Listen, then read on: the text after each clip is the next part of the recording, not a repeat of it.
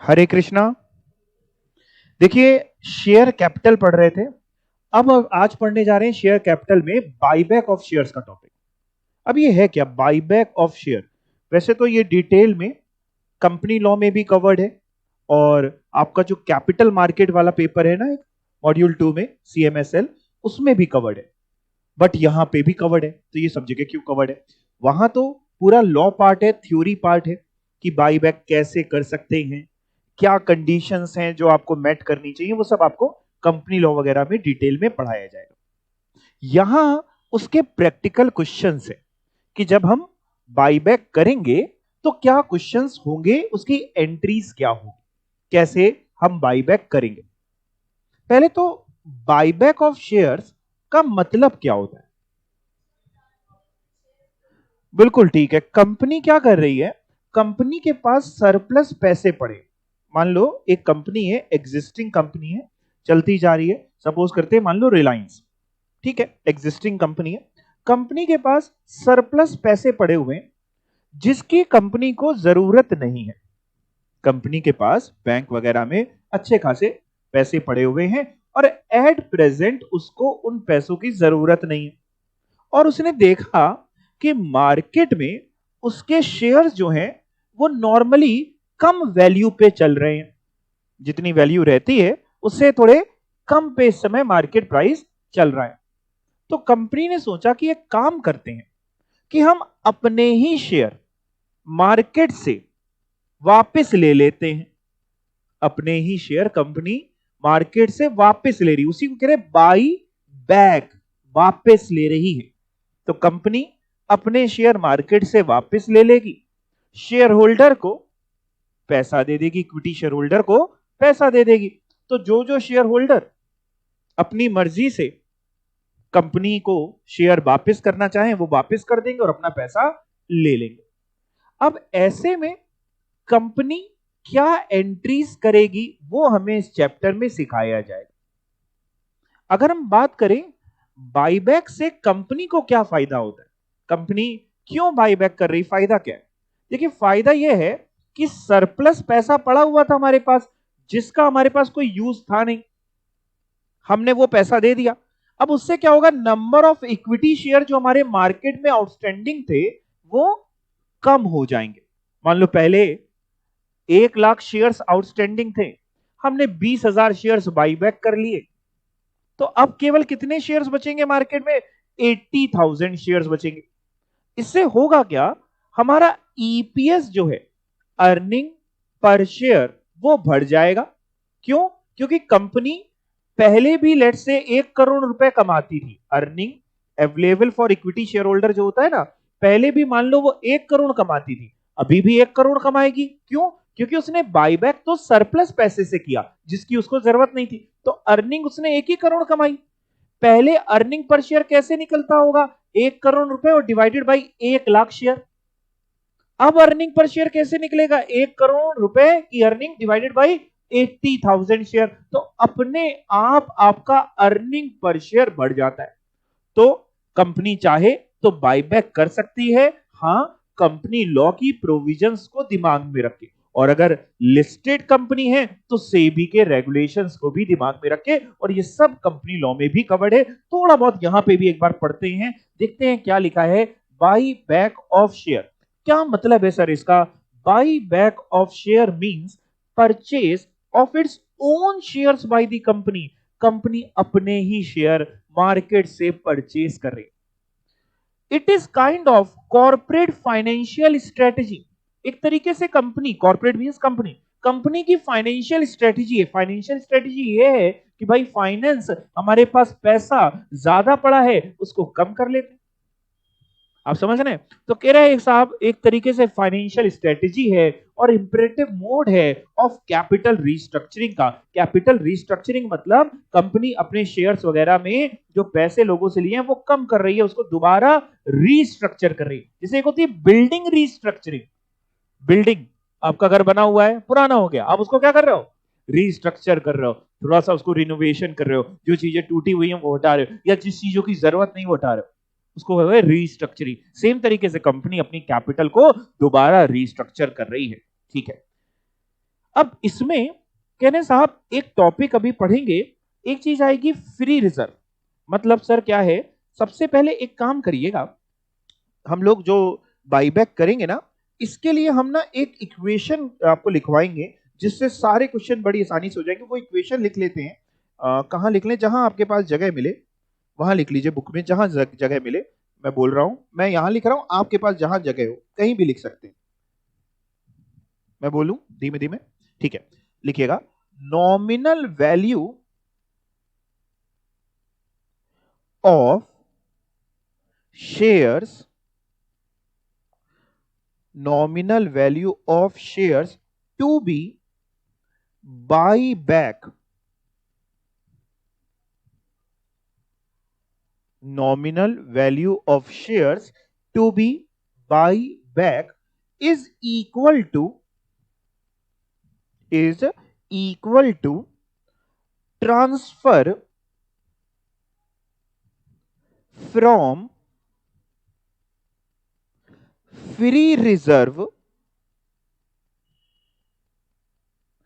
और security premium, transfer from free reserve और securities premium to TO2 CRR, full form है capital redemption reserve, capital redemption reserve,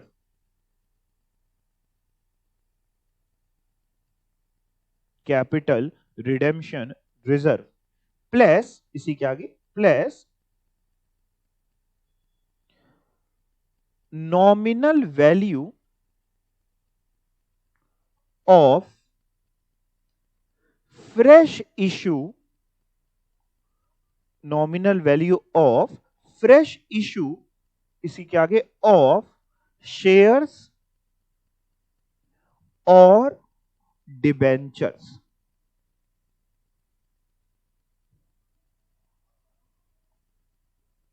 एक बार repeat कर रहा हूं, पूरा क्या लिखा हुआ है, हम लोग ने क्या लिखा पूरा, nominal value of shares to be buy back किसके बराबर होना चाहिए, इन दोनों के टोटल के बराबर। क्या लिखा है, ट्रांसफर फ्रॉम फ्री रिजर्व और security premium to CRR plus nominal value of fresh issue of shares और डिबेंचर। अब ये है क्या, समझिएगा जरा। कंपनीज एक्ट कहता है कि सर आप जितनी नॉमिनल वैल्यू के शेयर्स बाईबैक कर रहे हैं, आप जितनी नॉमिनल वैल्यू के शेयर्स बाईबैक कर रहे हैं, लेट्स से आप 1 लाख रुपीस की नॉमिनल वैल्यू के शेयर्स बाईबैक कर रहे हैं, उतनी नॉमिनल वैल्यू के बराबर या तो आप सर अपने फ्री रिजर्व्स या सिक्योरिटी प्रीमियम को यूज करिए। फ्री रिजर्व, वो पैसा कहां से आएगा भाई, या तो आप फ्री रिजर्व अगर आपके पास पड़े हैं उसको यूज करिए, सिक्योरिटी प्रीमियम को यूज करिए। सर ये फ्री रिजर्व क्या होता है, क्या फ्री रिजर्व का मतलब होता है कि वो पैसा जो हमने फ्री में कमाया, नहीं। फ्री रिजर्व का मतलब होता है, हम लोग उसको फ्री रिजर्व बोलते हैं, जिस पैसे से कंपनी फ्री होती है डिविडेंड बांटने के लिए। अभी पढ़ेंगे, लिखा है ना फ्री रिजर्व ऊपर दिख रहा है, अभी पढ़ाऊंगा। फ्री रिजर्व हम उसको कहते हैं, वो रिजर्व जनरल रिजर्व हो गया, प्रॉफिट एंड लॉस हो गया, वो चीजें जिससे कंपनी डिविडेंड बांट सकती है, वो है फ्री रिजर्व। तो कह रहे साहब आप जितनी, बहुत ध्यान से सुनिएगा, देखिए पूरी ना ये इक्वेशन समझ में आ गई तो बाईबैक समझ में आ गया। जितनी नॉमिनल वैल्यू के आप शेयर्स बाईबैक करने निकले हैं, वो पैसा अरेंज करना है, दो ऑप्शन है। पहला ऑप्शन ये है कि अगर आपके पास पहले से जनरल रिजर्व में बैलेंस पड़ा है, PNL में बैलेंस पड़ा है, सिक्योरिटी प्रीमियम में बैलेंस पड़ा है, आप उसको यूज कर लीजिए। उसको यूज करने का मतलब है उस पैसे को हमें कहीं पे ट्रांसफर करना होगा CRR में, हम अभी वो करवाएंगे, उस पैसे को यूज कर लीजिए। और अगर आपके पास वो नहीं पड़ा है तो आप साहब क्या करिए, बाईबैक करने से पहले उतनी नॉमिनल वैल्यू का फ्रेश इश्यू करिए, कुछ और इश्यू करके आइए, may be fresh debentures issue करिए, उनसे पैसा लाइए, तब आप इक्विटी शेयर्स को बाईबैक करिए या शेयर्स इश्यू करिए। मतलब आज आप बाईबैक करने जा रहे हैं, कंपनी बाईबैक करने जा रही है, मतलब कंपनी को पैसा देना है, कंपनी पैसा देगी शेयर होल्डर को, तो क्या करेगी, कहां से देगी, अगर कंपनी के पास आमतौर पे तो 99% केसेस में क्या होता है, प्रैक्टिकल जीवन में कंपनी के पास रिजर्व्स वगैरह होते हैं, तो कंपनी उसको यूज करके बाईबैक कर लेती है। क्यों बाईबैक तो कौन सी कंपनी करने जा रही है प्रैक्टिकल जीवन में, जिसके पास सरप्लस पैसा होगा। तो आमतौर पे प्रैक्टिकल जीवन में कंपनी के पास फ्री रिजर्व, सिक्योरिटी प्रीमियम अच्छा खासा पड़ा होता है, उसको यूज करके बाईबैक कर लेती है। और दूसरा ऑप्शन यह है कि आप फ्रेश इश्यू कर सकते हैं, डिबेंचर्स इश्यू कर दिए, उससे पैसा आया और इक्विटी शेयर बाईबैक कर लिए, पैसे दे दिए। थ्योरेटिकल जीवन जो है, क्वेश्चन जो है, क्वेश्चन हमको बताएगा, हमें अपनी टेंशन बिल्कुल नहीं लेनी, क्वेश्चन हमको बताएगा कि क्या कर रहे हैं, फ्री रिजर्व्स यूज कर रहे हैं कि कोई फ्रेश इश्यू कर रहे हैं, जैसा कहेगा वैसा कर लेंगे। तो इसमें जैसे ऐसे हो सकता है कि अगर मान लो क्वेश्चन कह रहा है कि हम नॉमिनल वैल्यू जो शेयर्स बाईबैक कर रहे हैं, सिर्फ सुनते जाना, इसको लिखने की जरूरत नहीं है, वो 1 लाख रुपए की है, 1 लाख रुपए की नॉमिनल वैल्यू के शेयर्स बाईबैक करें, ठीक है ना। और आपसे कह रहे हैं सर हम फ्रेश इश्यू 1 भी रुपए का नहीं करेंगे, हम फ्रेश इश्यू नहीं करेंगे। कह रहा आप बता दीजिए कि सर हमें कितने रुपए फ्री रिजर्व या सिक्योरिटी प्रीमियम से उठा के सीआरआर में ट्रांसफर करने पड़ेंगे। 1 लाख रुपीस, हमें कितने रुपए का सीआरआर बनाना पड़ेगा, 1 लाख रुपए का बनाना पड़ेगा। इसमें कौन सी बहुत बड़ी बात है, अगर इक्वेशन हमारे दिमाग में है 1 लाख रुपए का, यानी इसका आंसर आया 1 लाख। दूसरा केस हो सकता है कि क्वेश्चन कह रहा है सर हम 1 लाख रुपए की नॉमिनल वैल्यू के शेयर्स बाईबैक कर रहे हैं और हम फ्रेश इश्यू कर रहे हैं सर 1 लाख रुपए का, फ्रेश इश्यू कर रहे हैं डिबेंचर्स या कोई और क्लास ऑफ शेयर्स 1 लाख रुपए का। कह रहा आप बताइए सर हमें ना सीआरआर कितना बनाना पड़ेगा, कितना बनाना पड़ेगा, 0 नहीं बनाना पड़ेगा, सीआरआर की जरूरत ही नहीं है।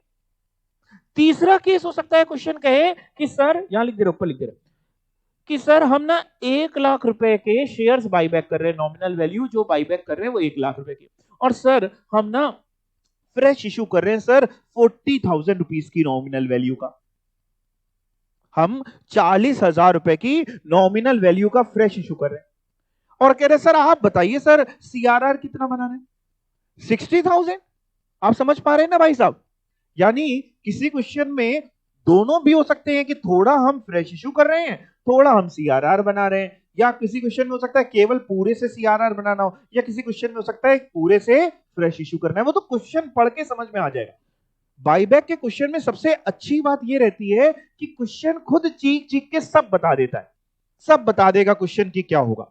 तो फिर से एक बार समझते हैं क्या इक्वेशन, इसको दिमाग में बैठा लेते हैं। इक्वेशन ये इक्वेशन कैसे बनी, ये जो कंपनीज एक्ट की रिक्वायरमेंट है उसके हिसाब से ये इक्वेशन कंपनीज एक्ट में नहीं लिखी, बट उसकी रिक्वायरमेंट ये कंपनीज एक्ट अगर हम पढ़े तो उसमें ये लिखा है कि जितनी नॉमिनल वैल्यू का आप बाईबैक कर रहे हैं या तो उतने का आप सीआरआर बनाइए फ्री रिजर्व या सिक्योरिटी प्रीमियम से, या फ्रेश इशू करिए। उसी चीज को मैंने आपके लिए इजी करते हुए इक्वेशन में लिखवा दिया कि भाई इक्वेशन रहेगी तो हमसे गलती होने की चांसेस बिल्कुल खत्म हो जाएंगे।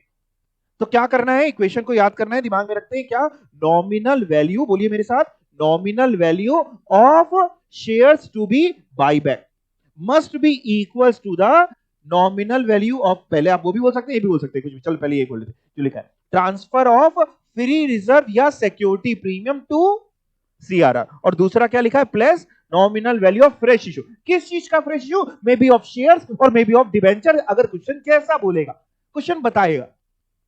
इतनी बात समझ गए। सर ये फ्री रिजर्व का मतलब क्या होता है, फ्री रिजर्व का मतलब होता है वो रिजर्व जिससे कंपनी डिविडेंड बांट सकती है, उसको हम फ्री रिजर्व कहते हैं। फ्री रिजर्व का बहुत लोग मार्केट में ये मतलब समझते हैं कि वो पैसा जो कंपनी ने फ्री में कमाया, फ्री में कुछ नहीं मिलता, फ्री में कुछ मिलता है दुनिया में, नहीं मिलता ना कुछ तो कीमत चुका ही रहे हम। तो दैट मींस फ्री रिजर्व वो नहीं है, फ्री रिजर्व का सही मतलब ये है जिससे कंपनी डिविडेंड बांट सकती है। पढ़ के देखिए फ्री रिजर्व क्या लिखे हुए, पढ़िएगा, फ्री रिजर्व, रिजर्व कौन से, रिजर्व जब हम बात करते हैं तो अंडरलाइन करके लिखो, जैसे कि एग्जांपल लिखो, रिजर्व में अंडरलाइन करके लिखो, जैसे कि जनरल रिजर्व हो सकता है, प्रॉफिट एंड लॉस अकाउंट हो सकता है, डिविडेंड इक्वलाइजेशन रिजर्व हो सकता है, etcetera. General reserve, PNL, profit and loss account का बैलेंस हो सकता है, डिविडेंड इक्वलाइजेशन रिजर्व हो सकता है, डिविडेंड इक्वलाइजेशन रिजर्व हो सकता है। ज्यादातर आप दो भी याद रख लेंगे, जनरल रिजर्व और पीएनएल, तो भी आपका काम हो जाएगा। तो होते क्या है, फ्री रिजर्व पढ़िएगा, फ्री रिजर्व उनको कहते हैं वो रिजर्व को which as per latest audited balance sheet, audited balance sheet समझते हैं, सीए साहब से जिसपे आपने क्या कराया हो, ऑडिट कराया हो, which as per latest audited balance sheet of the company are free, free reserve होते हैं, और फ्री काहे के लिए, फॉर डिस्ट्रीब्यूशन एज डिविडेंड, वो रिजर्व जिससे कंपनी क्या बांट सकती थी, डिविडेंड, उनको हम फ्री रिजर्व कहते हैं। And shall include balance to the credit of security premium account, और यहां पे बायबैक के लिए कंपनी फ्री रिजर्व में सिक्योरिटी प्रीमियम को भी इंक्लूड करी। तभी मैंने जानबूझ के यहां पे जब लिखवाया तो ट्रांसफर फ्रॉम फ्री रिजर्व भी वर्ड यूज करा दिया और सिक्योरिटी प्रीमियम यूज करा दिया। यानी हम जनरल रिजर्व यूज कर सकते हैं, पीएनएल यूज कर सकते हैं, सिक्योरिटी प्रीमियम यूज कर सकते हैं। क्वेश्चन बताएगा, ये भी बताएगा कि क्या यूज करना है, क्वेश्चन सब बता देगा, ठीक है। और but shall not include, free reserve क्या नहीं होता, शेयर एप्लीकेशन मनी। भाई किसी से हमने शेयर एप्लीकेशन मनी ली हुई है कि हम तुम्हें शेयर देंगे, क्या उस पैसे को यूज करके डिविडेंड बांट देंगे, नहीं ना। तो आपको केवल इतना समझना है, आपको दिमाग में केवल इतना रखना है, फ्री रिजर्व का मतलब है जनरल रिजर्व, पीएनएल वगैरह, और सिक्योरिटी प्रीमियम भी हम यूज कर सकते हैं। आमतौर पे सिक्योरिटी प्रीमियम फ्री रिजर्व के दायरे में नहीं आता, क्योंकि सिक्योरिटी प्रीमियम से हम डिविडेंड नहीं बांट सकते। भाई सिक्योरिटी प्रीमियम के 5 यूसेज पड़े थे, डिविडेंड नहीं बांट सकते। हाँ, उस 5 यूसेज में बायबैक था आखिरी यूज, यानी डिविडेंड नहीं बांट सकते। बट सीआरआर बनाने के लिए क्या सिक्योरिटी प्रीमियम को यूज कर सकते हैं, कह रहा हाँ, सीआरआर बनाने के लिए अगर बायबैक कर रहे हैं आप सिक्योरिटी प्रीमियम को भी यूज कर सकते हैं, कोई मनाही कोई बंदिश नहीं है।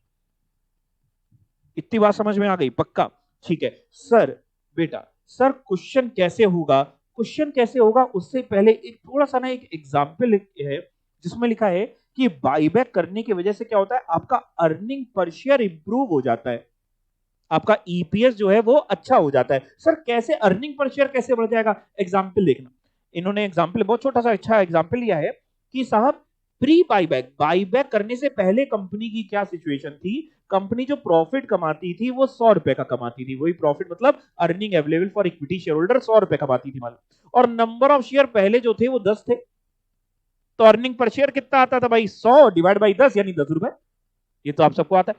कह रहा अब क्या हुआ, पोस्ट बायबैक, बायबैक करने के बाद कंपनी अभी भी 100 कमा रही है, क्योंकि उसने तो सरप्लस फंड से बायबैक किया है, प्रॉफिट थोड़ी ना कम करे, मशीन थोड़ी ना बेच दी कि पहले 10 मशीन थी अब 2 मशीन बची है, तो कमा अभी भी 100 रही है, लेकिन नंबर ऑफ शेयर्स क्या हो गए, कम हो गए। इन्होंने एज्यूम किया है कि हमने 5 शेयर बायबैक कर लिए और 5 बचे, पहले 10 थे अब 5 बचे, तो अभी भी 100 कमा रहे हो, नंबर ऑफ शेयर 5 हो गए, earning per share 100 divide by 5 20 हो जाएगा, यानी आप देखिए आपका ईपीएस जो है वो बढ़ जाएगा। Clear, okay. अब बायबैक सर किससे कर सकते हैं, सर जो आपने इक्वेशन लिखवाई हम लोगों को, हाँ बेटा वो कहां लिखी है, ये लिखी है इक्वेशन, ये जो है ना इसी को मैंने इक्वेशन फॉर्म में लिखवा दिया, पढ़ के देखते हैं क्या लिखा है। Purchase can be made out of, हम कहां से परचेज कर सकते हैं, बायबैक कैसे कर सकते हैं, according to section 68 sub section 1 of the companies act, a company may purchase its own share, अपने खुद के शेयर्स या सिक्योरिटीज खरीद सकती, कहां से, आउट ऑफ, कहां से खरीदेगी सर, या तो फ्री रिजर्व को खरीद से ही यूज करेगी, फ्री रिजर्व मतलब यहां पे यानी फॉर एग्जांपल, हाँ बिल्कुल ठीक, जनरल रिजर्व, पीएनएल एसेट्रा, या फिर सिक्योरिटी प्रीमियम को भी यूज कर सकती है, क्योंकि जब सिक्योरिटी प्रीमियम की यूसेज पड़े थे तो एक यूसेज बायबैक भी पड़ा था, या फिर आप प्रोसीड कर सकते हैं, पैसा ला सकते हैं, प्रोसीड्स मतलब fresh issue of any shares, कोई शेयर और इशू कर दीजिए, या कोई और स्पेसिफाइड सिक्योरिटी डिवेंचर वगैरह इशू कर दीजिए, इक्विटी शेयर इशू कर दीजिए, कुछ भी इशू कर दीजिए। हाँ क्वेश्चन पूछिए।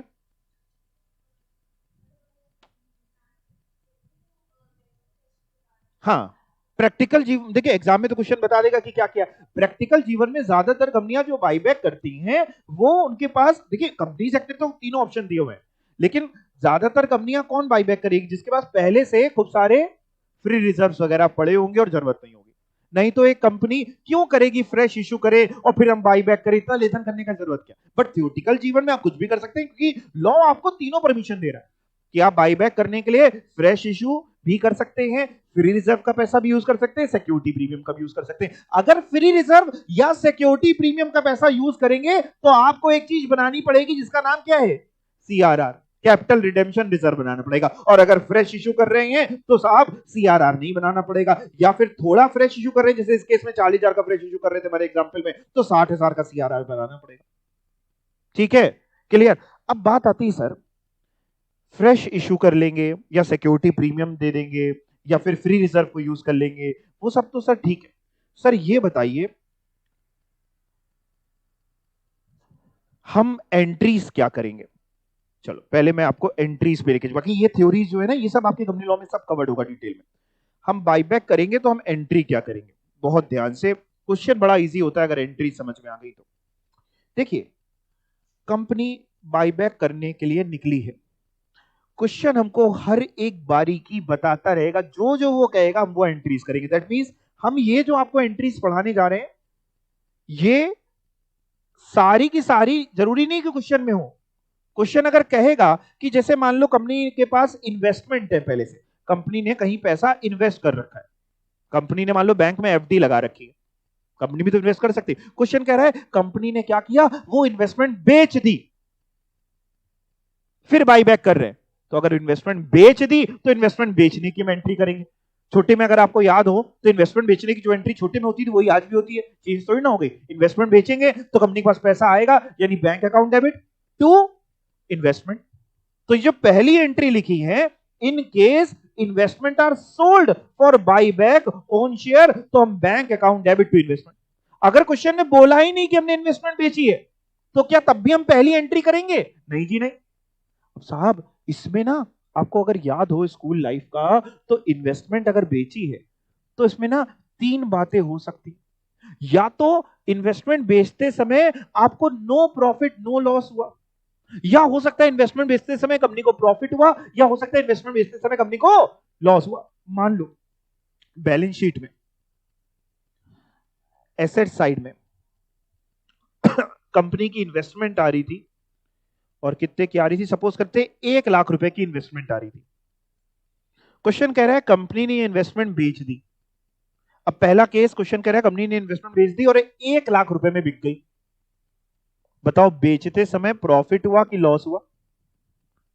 बिकी, सेल प्राइस 1 लाख में बिक गई, बुक में भी कितने की आ रही थी, 1 लाख की, बिकी तो पैसा मिला 1 लाख, मुनाफा की नुकसान? ना मुनाफा ना नुकसान, तो सिंपल एंट्री रहेगी बैंक अकाउंट डेबिट 1 लाख रुपए मिले टू इन्वेस्टमेंट 1 लाख रुपए। दूसरा केस हो सकता है कि क्वेश्चन कह रहा है कि सर ये इन्वेस्टमेंट कंपनी ने 1.5 लाख रुपए की बेच दी, बुक्स में 1 लाख की आ रही थी लेकिन जब बेचने गई तो उसको 1.5 लाख मिल गया। प्रॉफिट की लॉस कंपनी का, प्रॉफिट कितने रुपए का, 50,000। अगर प्रॉफिट हुआ है तो आपको PNL, profit and loss account, छोटे में भी यही किया करते थे अगर याद रहा हो तो, नहीं तो कोई बात नहीं, हम पीएनएल क्रेडिट करेंगे। मतलब अगर प्रॉफिट में बिकी तो यहां पे हम लिख रहे हैं, इन्होंने पूरी बातें नहीं लिखी, हम पूरी बात आपको लिखवा रहे हैं, इन केस ऑफ प्रॉफिट, आप भी लिखिए इन केस ऑफ प्रॉफिट। अगर प्रॉफिट होगा तो सर क्या एंट्री हो जाएगी, मैं लिखवा रहा हूं आपको, bank account debit. Sir bank account में कितना पैसा आएगा, जितने की इन्वेस्टमेंट बिक गई, आज कितने रुपए मिले हमारे एग्जाम्पल में, 1.5 लाख रुपए आज आपको मिले हैं, तो बैंक अकाउंट डेबिट 1.5 लाख रुपए टू इन्वेस्टमेंट, बुक वैल्यू जितनी थी यानी 1 लाख रुपए की। अब सर ये एंट्री तो बैलेंस ही नहीं है, तो कहां जाएगा? हाँ अगर प्रॉफिट होगा तो पीएनएल अकाउंट क्रेडिट हो जाता है to profit and loss account 50,000। तो इन्वेस्टमेंट अगर प्रॉफिट में बिकेगी तो एंट्री हो जाएगी bank account debit to investment to profit and loss account. Sir तीसरी सिचुएशन लॉस की भी तो हो सकती है। बिल्कुल बेटा बिल्कुल, लॉस भी हो सकता है बिल्कुल। यानी फॉर एग्जाम्पल 1 लाख रुपीज की इन्वेस्टमेंट थी और बिकी कितने की, 1 लाख से कम की, मान लो फॉर एग्जाम्पल 80,000 की बिकी। 1 लाख रुपए की इन्वेस्टमेंट थी, 80,000 रुपए की बिकी, लॉस है कि प्रॉफिट है? लॉस है। कितने रुपए का? 20,000। सर एंट्री क्या करेंगे? आओ करे, आओ करे बेटा, आप भी लिखो इन केस ऑफ लॉस। ये सब फिगर्स एज्यूम्ड है, ठीक है ना? हाँ। तो आज आपको पैसे जो मिले बैंक अकाउंट डेबिट, आज कितने रुपए की बिकी, कितने मिले, 80,000 मिले, 80,000 रुपए मिले बैंक अकाउंट डेबिट, जितने पैसे हमको मिले। एक लाइन छोड़ के लिखना टू इन्वेस्टमेंट, इन्वेस्टमेंट जो बिकी उसकी बुक वैल्यू तो सर 1 लाख थी, तो to investment 1 lakh. Sir entry match नहीं है, 20,000 से मैच नहीं है, लॉस है सर, तो क्या करेंगे? डेबिट में लिखेंगे, क्या चीज लिखेंगे, खाते का नाम क्या होगा? Profit and loss account debit हो जाएगा आपका 20,000 रुपए से। यानी निचोड़ केवल इतना है कि in case of profit PNL credit होगा और in case of loss PNL debit होगा। प्रॉफिट होगा तो profit and loss account credit होगा, लॉस होगा तो पीएनएल डेबिट होगा। In case of profit PNL credit होगा, in case of loss PNL debit होगा। क्लियर हो गई? मेरी तरफ देखिए क्या एंट्री करी, अगर नो प्रॉफिट नो लॉस पे इन्वेस्टमेंट बिकी है तो bank account debit to investment. Bank account में हमेशा कौन सा पैसा आएगा? जितना पैसा आया। और टू इन्वेस्टमेंट में जितनी बुक वैल्यू की बेची, तो bank account to investment. Profit पे बिकी तो bank account debit to investment to profit and loss account. Bank account में जितना पैसा मिला टू इन्वेस्टमेंट बुक वैल्यू और टू पीएनएल में जितना प्रॉफिट, बैलेंसिंग फिगर कह सकते हैं। और अगर लॉस में बिकी तो bank account debit PNL account debit to investment. Clear? Sir ये एंट्री करनी ही पड़ेगी इन्वेस्टमेंट बेचने की? नहीं, अगर क्वेश्चन हमसे बोलेगा कि इन्वेस्टमेंट, क्वेश्चन सब बताएगा। बाईबैक के क्वेश्चन में अच्छी बात ये होती है वो चीख चीख के आपको सब बताएगा। अगर कहेगा इन्वेस्टमेंट बेच दी तो हम देख लेंगे कितने की बेची और बैलेंस शीट में कितने की दी हुई है, हम खुद निकाल लेंगे कि प्रॉफिट है कि लॉस है, भी क्वेश्चन कराऊंगा आपको। ठीक है सर, ये तो ये हो गया। सर ऐसा भी तो हो सकता है कि कंपनी पैसे लेके आ रही हो कोई फ्रेश इश्यू करके। मान लो कंपनी ने डिबेंचर्स इशू कर दिए पैसे लाने के लिए, कंपनी ने और कोई इक्विटी शेयर इशू कर दिए पैसे लाने के लिए।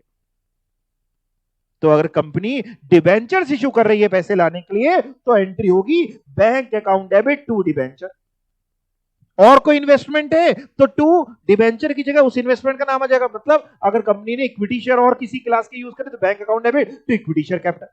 डिबेंचर है तो डिबेंचर, प्रेफरेंस शेयर करे तो bank account debit to preference share capital. जो यूज कर रही है, अगर कोई फ्रेश इशू कर रही है, क्वेश्चन कह रहा है तो ये एंट्री होगी। और फ्रेश इशू भी ना हो सकता है पार पे कर रही हो सकता है प्रीमियम पे कर रही हो। अगर प्रीमियम पे कर रही, मान लो 100 रुपए का डिबेंचर था, कंपनी ने 120 रुपए पे इशू किया, 20 रुपए के प्रीमियम पे, तो बैंक अकाउंट डेबिट हो जाएगा 120 रुपए से। आज कंपनी को 120 रुपए मिले, टू डिबेंचर में नॉमिनल वैल्यू 100 रुपए और 20 रुपए कहां जाते हैं? Security premium. तो ये जो पहली एंट्री और ये जो दूसरी एंट्री है सब्जेक्ट टू की क्वेश्चन हमसे कह रहा है कि नहीं कह रहा है? नहीं कहेगा हम नहीं करेंगे, कहेगा तो हम कर देंगे। दोनों कहेगा दोनों कर देंगे, एक कहेगा एक कर देंगे, जो कहेगा वो कर देंगे। और अगर पार पे कह रहा है हमने डिबेंचर इशू करे 100 रुपए का डिबेंचर 100 पे, तो bank account debit 100 to debenture 100, security premium नहीं आएगा। आप समझ रहे हैं ना मेरी बात को? पक्का? कोई दिक्कत नहीं? ठीक है। उसके बाद क्या होगा? देखो, आपने जब इन्वेस्टमेंट बेच दी, पैसा आ गया, या फ्रेश इशू करके पैसा आ गया, या पहले से ही पैसा पड़ा है, जो भी है केस, आज इतना करने के बाद आप तैयार हो गए हैं शेयर्स बाईबैक करने के लिए। इतना करने के बाद आप तैयार हो गई है कंपनी क्या करने के लिए? शेयर्स। ये पूरा काम तीन जाम क्यों किया जा रहा है? कंपनी का ऑब्जेक्टिव क्या था? शेयर बाईबैक करना। अब कंपनी निकल पड़ी है शेयर बाईबैक करने के लिए। अगर शेयर बाईबैक करेगी तो पैसा दे के आएगी कि लेके आएगी? दे के आएगी। जब पैसा दे के आएगी तो टू बैंक होगा, भाई पैसा जाता है तो टू बैंक, बैंक क्रेडिट होगा। किसको दे के आएगी? शेयर होल्डर को दे के आएगी। यानी एंट्री होगी equity share holder to bank. क्या एंट्री होगी? जब बाईबैक करेगी तो जितने रुपए दे के आएगी equity share holder to bank. मान लो वो 1 लाख रुपए दे के आई है तो equity share holder to bank 1 lakh 1 lakh. 2 lakh रुपए दे के आई 2 लाख, 1.5 लाख, 1,80,000, जो जितने रुपए दे के आई है उतने रुपए से ये एंट्री हो जाएगी। क्या एंट्री होगी? Equity share holder account debit to bank. Equity share holder account debit to bank. इतनी बात समझ गए? यानी कंपनी ने क्या किया? कंपनी मार्केट में गई और कंपनी ने अपने शेयर खरीदे, आपको पैसे दिए। अगर 1 लाख रुपए आपको दिए तो कंपनी ने आपको 1 लाख दिया, आपने कंपनी को शेयर दिया। कंपनी ने अपनी बुक्स में पहले क्या एंट्री करी? Equity share holder account debit to bank. और उसके बाद वो शेयर लेके घर आ गई। घर मतलब कंपनी आ गई अपनी जगह। अब कंपनी वो शेयर को क्या करेगी? बाईबैक के बाद कैंसिल करेगी। कंपनी क्या करेगी? उन शेयर्स को कैंसिल करेगी। जब कंपनी इशू करती है, आपने इशू वगैरह सब शेयर कैपिटल में पढ़ा, जब इशू करती है तब शेयर कैपिटल को क्रेडिट करती है। आज कंपनी कैंसिल करेगी तो शेयर कैपिटल अकाउंट को क्या करेगी? डेबिट करेगी। मतलब बड़ा सिंपल सी ये बात। इधर देखिए पहले, फिर इधर आएंगे बात। कंपनी ने जब मार्केट से खरीदा, 1 लाख रुपए देके आई, तुरंत कंपनी ने एंट्री करी equity share holder. To bank, equity share holder account debit to bank. 1 lakh रुपए दे के आई तो 1 लाख से ये एंट्री कर ली। उसके बाद आ गई, अब कंपनी क्या करने वाली है सर? कंपनी शेयर को कैंसिल करने वाली है। शेयर कैंसिल करेगी तो सर क्या एंट्री करेगी? Equity share capital, E for equity, ठीक ना, इक्विटी लिख दे रहा, ठीक। Equity share capital account debit. Sir debit होगा? हाँ जी हाँ, जब कैंसिल होता है तो शेयर कैपिटल डेबिट होती है, जब इश्यू होता है तो शेयर कैपिटल क्रेडिट होती है। Sir equity share capital debit होगी 1 लाख रुपए से, हाँ बेटा। सर टू क्या करेंगे? टू, आपने पहली एंट्री में क्या डेबिट किया था? इक्विटी शेयर होल्डर, इसको क्रेडिट करके ये खाते को क्लोज कर देंगे। To equity share holder account, 1 lakh रुपए। अगर आप दोनों एंट्री का निचोड़ देखें बहुत ध्यान से, दोनों एंट्री एक मिनट, कुछ नोट करने की जरूरत नहीं, सब नोटेड है, क्वेश्चन करेंगे। अभी सिर्फ आपको मैं चीजें समझाने की कोशिश कर रहा हूं। अगर दोनों एंट्री को कंबाइंड करके सोचें, लिखेंगे नहीं, कंबाइंड करके सोचें तो क्या बनेगा? Equity share holder, equity share holder यहां डेबिट है यहां क्रेडिट है, ये तो कट जाएगा, बचेगा क्या? Equity share capital to bank. तो क्या सर हम डायरेक्टली ये एंट्री कर सकते हैं? नहीं नहीं नहीं, नंबर काट लेगा वो। तो हमें करना तो यही पड़ेगा, तुम्हें करना तो यही पड़ेगा, नेट एंट्री हम नहीं कर सकते। तो क्या एंट्री करी? जब हमने शेयर खरीदे, बोलो मेरे साथ, बोलना पड़ेगा आपको, जब हमने शेयर खरीदे तो क्या एंट्री करी? Equity share holder to bank. और फिर कैंसिल किया तो equity share capital to equity share holder. For example जैसे मान लो हमने शेयर खरीदे थे 10,000 शेयर, सुनते जाना मेरी बात को, कंपनी ने बाईबैक करे, देखते जाना इधर, 10,000 शेयर, और 10 रुपए का शेयर था और 10 ही रुपए में खरीद लाई। 10 रुपए की नॉमिनल वैल्यू थी, मार्केट में भी 10 का चल रहा था, 10 का खरीद लाई। तो 10,000 शेयर इंटू 10 रुपए, कितने रुपए हुए? 1 लाख। तो एंट्री करी equity share holder 1 lakh to bank 1 lakh. और दूसरी एंट्री में हमने कैंसिल कर दिया equity share capital account debit, वही 10,000 शेयर इंटू नॉमिनल वैल्यू 10 रुपए यानी 1 lakh to equity share holder. ये बात समझ गए? एक दूसरा केस भी तो हो सकता है। दूसरा केस ये हो सकता है कि कंपनी ने अपने ये शेयर मार्केट से जब खरीदने गई तो कंपनी को ये शेयर 10 का नहीं मिला, 15 का मिला। 10 रुपए की नॉमिनल वैल्यू का शेयर कंपनी खरीदने गई, चलो खरीद लेते, लेकिन मार्केट में कंपनी खरीद के लाई 15 रुपए पे करके, 5 रुपए एक्स्ट्रा पे करके आई है, 5 रुपए एक्स्ट्रा पे करके आई है, ये सुनो। ऐसे में सर क्या करेगी? ध्यान से सुनते जाना। ऐसे में सर क्या करेगी? ऐसे में बेटा पहली एंट्री तो यही होगी, यहां लिख रहा हूं, आप सिर्फ सुनते जाना। Equity share holder account debit to bank, entry तो यही होगी लेकिन अमाउंट में चेंज आ जाएगा। सर कैसे? 10,000 शेयर है और 15 में खरीद के लाए, है 10 रुपए की नॉमिनल वैल्यू का, लेकिन पे करने पड़ गए 15, तो ये एंट्री होगी 1.5 लाख रुपए से।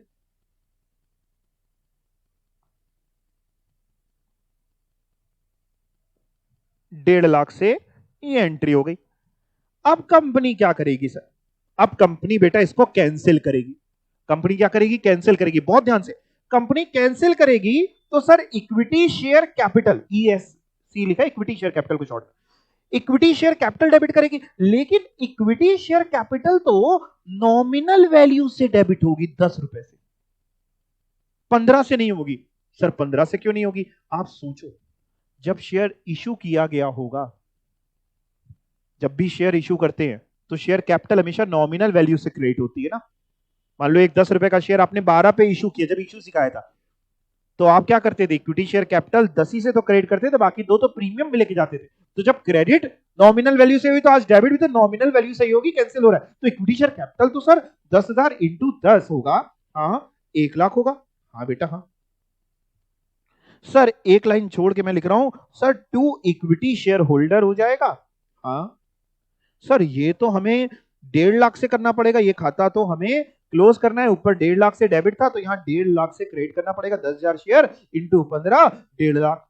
लेकिन सर एंट्री बैलेंस ही नहीं हुई ना सर, एंट्री बैलेंस नहीं हुई। हुई क्या बैलेंस? हुई? किसी को बैलेंस दिख रही है? नहीं सर बैलेंस तो नहीं हुई ना सर।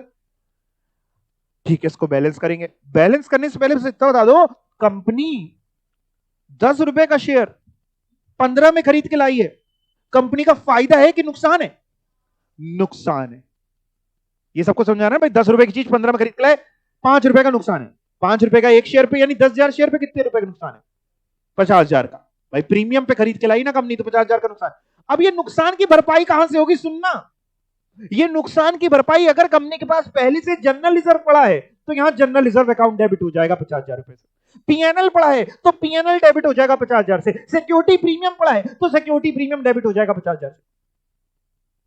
क्या डेबिट होगा वो क्वेश्चन बता देगा। मैं कैसे लिख रहा हूं इसको? मैं ऐसे लिख रहा हूं कि या तो जनरल रिजर्व डेबिट होगा ऑब्लिक, या फिर पीएनएल डेबिट होगा, या फिर ऑब्लिक सिक्योरिटी प्रीमियम डेबिट होगा, या और कोई फ्री रिजर्व है वो डेबिट होगा। कितने से सर डेबिट होगा? 10,000 शेयर इंटू 5 रुपए 50,000। यानी सर ये डेबिट क्या किया? आपने इस लॉस की भरपाई करी, इस लॉस को राइट ऑफ किया है। लॉस को कहां से राइट ऑफ किया? अगर रिजर्व का पैसा पड़ा है तो जनरल रिजर्व डेबिट करके किया, पीएनएल पड़ा है तो पीएनएल डेबिट कर लिया, सिक्योरिटी प्रीमियम पड़ा है तो सिक्योरिटी प्रीमियम डेबिट कर लिया। पूरी बात सुनते जाना, अभी मैं आपका डाउट लूंगा। एक मिनट सुनना, मैं कोशिश करूंगा कि क्लियर हुए। मैं 50 बार बोलूंगा, बस आप कंसंट्रेशन के साथ केवल यहां सुनते जाइए, कुछ लिखने की जरूरत नहीं है। मोहतरमा अभी आपको बताऊंगा कब लिखना है, ठीक है ना? सिर्फ यहां देखिए क्या करना है सर। दो बातें हुई हैं अभी तक। पहली बात हमने आपको यह सिखाई कि कंपनी के 10 रुपए की नॉमिनल वैल्यू का शेयर और कंपनी मजे में दौड़ के गई और 10 में ही खरीद लाई। भाई थियोरेटिकली क्वेश्चन तो कैसे भी बन सकता है। 10 में ही खरीद लाई तो पहली entry equity share holder to bank 10,000 share खरीद के लाई है बाईबैक, इंटू 10 रुपए पे करके आई है। 10 रुपए से हुई 1 लाख रुपए से ये एंट्री हो गई। दूसरी एंट्री में टेंशन ही नहीं हुई क्योंकि 10 ही का खरीद के लाई है, तो हमने simply equity share capital account debit, ये हमेशा नॉमिनल वैल्यू से ही डेबिट होता है। 10 रुपए से, 10 रुपए मतलब 10,000 शेयर इंटू 10 रुपए 1 लाख रुपए। टू इक्विटी शेयर होल्डर, पहली एंट्री में हमने डेबिट किया तो यहां कैंसिल कर रहे हैं तो इक्विटी शेयर होल्डर क्रेडिट कर दिया, काम खत्म हो गया। दूसरा केस, डाउट मैं कह रहा हूं भी लूंगा आपके, पहले एक मिनट सुनिए सुनिए सुनिए, ध्यान से सुनिए, थोड़ी सुनने की आदत डालिए। मैं डाउट लूंगा, मैं कहीं गया नहीं, पहले सुनिए, 5-10 मिनट मेरे को सुन लीजिए, मेरे को पता है क्या क्या डाउट आ सकते हैं। दूसरा केस, कंपनी ने क्या किया? कंपनी मार्केट में गई शेयर खरीदने, और कंपनी ने शेयर जब खरीदा तो 10 रुपए का शेयर 10 का नहीं मिला, 15 का मिला। 5 रुपए ज्यादा देने पड़े। भाई शेयर होल्डर अपना शेयर बेच रहा था, 15 का चल रहा था मार्केट में, 15 देने पड़ गए। तो पहली एंट्री तो हमेशा उतने से ही होती है जितने देने पड़े। अगर 10 देने पड़े तो equity share holder to bank 10-10 होता, जैसे ये किया था, equity share holder to bank 10-10। 15 दिए तो equity share holder to bank 15-15, मतलब इंटू नंबर ऑफ शेयर तो हम लोग कर ही लेंगे। दूसरी एंट्री जब कैंसिल करने निकले तो साहब equity share capital account debit होगा नॉमिनल वैल्यू से। 10 की नॉमिनल वैल्यू है तो 10 से होगा, 15 से नहीं होगा। इक्विटी शेयर कैपिटल 10 से डेबिट किया, एक शेयर का देखते जाना, एक शेयर का इक्विटी शेयर कैपिटल 10 से डेबिट किया, और टू इक्विटी शेयर होल्डर 15 से किया क्योंकि पहली एंट्री 15 से हुई थी। 5 का डिफरेंस बचा, डेबिट की साइड बचा। इस डेबिट की भरपाई कैसे करनी है? जनरल रिजर्व अगर बोलेगा तो जनरल रिजर्व यूज कर लेंगे, पीएनएल बोलेगा पीएनएल कर लेंगे, प्रीमियम बोलेगा प्रीमियम कर लेंगे, सिक्योरिटी प्रीमियम बोलेगा। ज्यादातर क्वेश्चंस में अभी तक मैं अपने इतने सालों से जो एग्जाम में, चाहे सिर्फ सीएस का हो, चाहे सीए का हो, चाहे कोई एग्जाम हो, तो बहुत सारे पेपर्स देखता रहता हूं कि इंस्टीट्यूट किसका क्या पूछता है, क्योंकि कहीं ना कहीं इधर उधर करके नाम चेंज हो जाता है, वो चेंज हो जाता है, क्वेश्चंस वैसे ही रहते हैं सो फार। ज्यादातर क्वेश्चन में वो कहता है कि साहब इस पैसे को राइट ऑफ करने के लिए जो हमने प्रीमियम पे बायबैक किया, हमने सिक्योरिटी प्रीमियम यूज किया, तो हम सिक्योरिटी प्रीमियम डेबिट कर देंगे। यानी सेकेंड एंट्री क्या हो जाएगी? Equity share capital debit, security premium debit to equity share holder. ये जो सिक्योरिटी प्रीमियम डेबिट किया, ये क्या किया? हमने नुकसान की भरपाई करने के लिए पहले से हमारे पास सिक्योरिटी प्रीमियम का पैसा पड़ा हुआ था, आज उसको यूज कर लिया। क्या हम इसको सर यहां यूज कर सकते हैं? हाँ जी यूज कर सकते हैं। सर क्या सिक्योरिटी प्रीमियम को यहां यूज कर सकते हैं? क्या उसके जो यूसेज पड़े थे सेक्शन 52 सबसेक्शन 2 में 5 यूसेज, क्या उसमें ये था? हाँ था ना। बाईबैक करने के लिए कह रहे थे कि आप साहब यूज कर सकते हैं, तो हमने यूज कर लिया। सर अगर क्वेश्चन कहेगा हमने जनरल रिजर्व यूज किया तो हम जनरल रिजर्व डेबिट कर देंगे, पीएनएल यूज किया तो हम पीएनएल डेबिट कर देंगे। सर ये एंट्री वही है जो सीआरआर बनाने वाली है? नहीं नहीं नहीं नहीं, ये भी सीआरआर बनाने वाली तो इक्वेशन अभी करेंगे। ये तो ये है जो नुकसान हुआ उसकी भरपाई के लिए हम डेबिट कर रहे हैं। क्वेश्चन बताएगा आपको क्या करना है। सर बेटा, सर एक केस और भी तो हो सकता है। क्या हो सकता है? मान लो कंपनी की फेस वैल्यू है 10 रुपए की शेयर, मार्केट में चल रहा है 8 रुपए, कंपनी मार्केट से गई 8 रुपए में खरीद लाई, क्या कंपनी खरीद सकती है? यस और नो? बिल्कुल खरीद सकती है, कोई मनाही तो नहीं ना। 8 में चल रहा है, 8 में खरीद ले। यानी कंपनी का 2 रुपए का फायदा। भाई 10 रुपए की चीज कंपनी ने 8 में खरीद। ऐसे में सर क्या होगा, आइए देखते हैं ऐसे में क्या होगा। देखना ध्यान से, फिर आपके सारे डाउट्स लूंगा मैं। ऐसे में क्या होगा सर? ऐसे में बेटा एक काम करते हैं, यहां नीचे लिख रहे हैं, ठीक है, आपको ये दिखता रहे, और यहां इसके नीचे लिख दे रहे हैं। लॉस में कंपनी 8 रुपए में खरीद के लाई तो क्या होगा। पहली एंट्री तो सर यही होती है, equity share holder to bank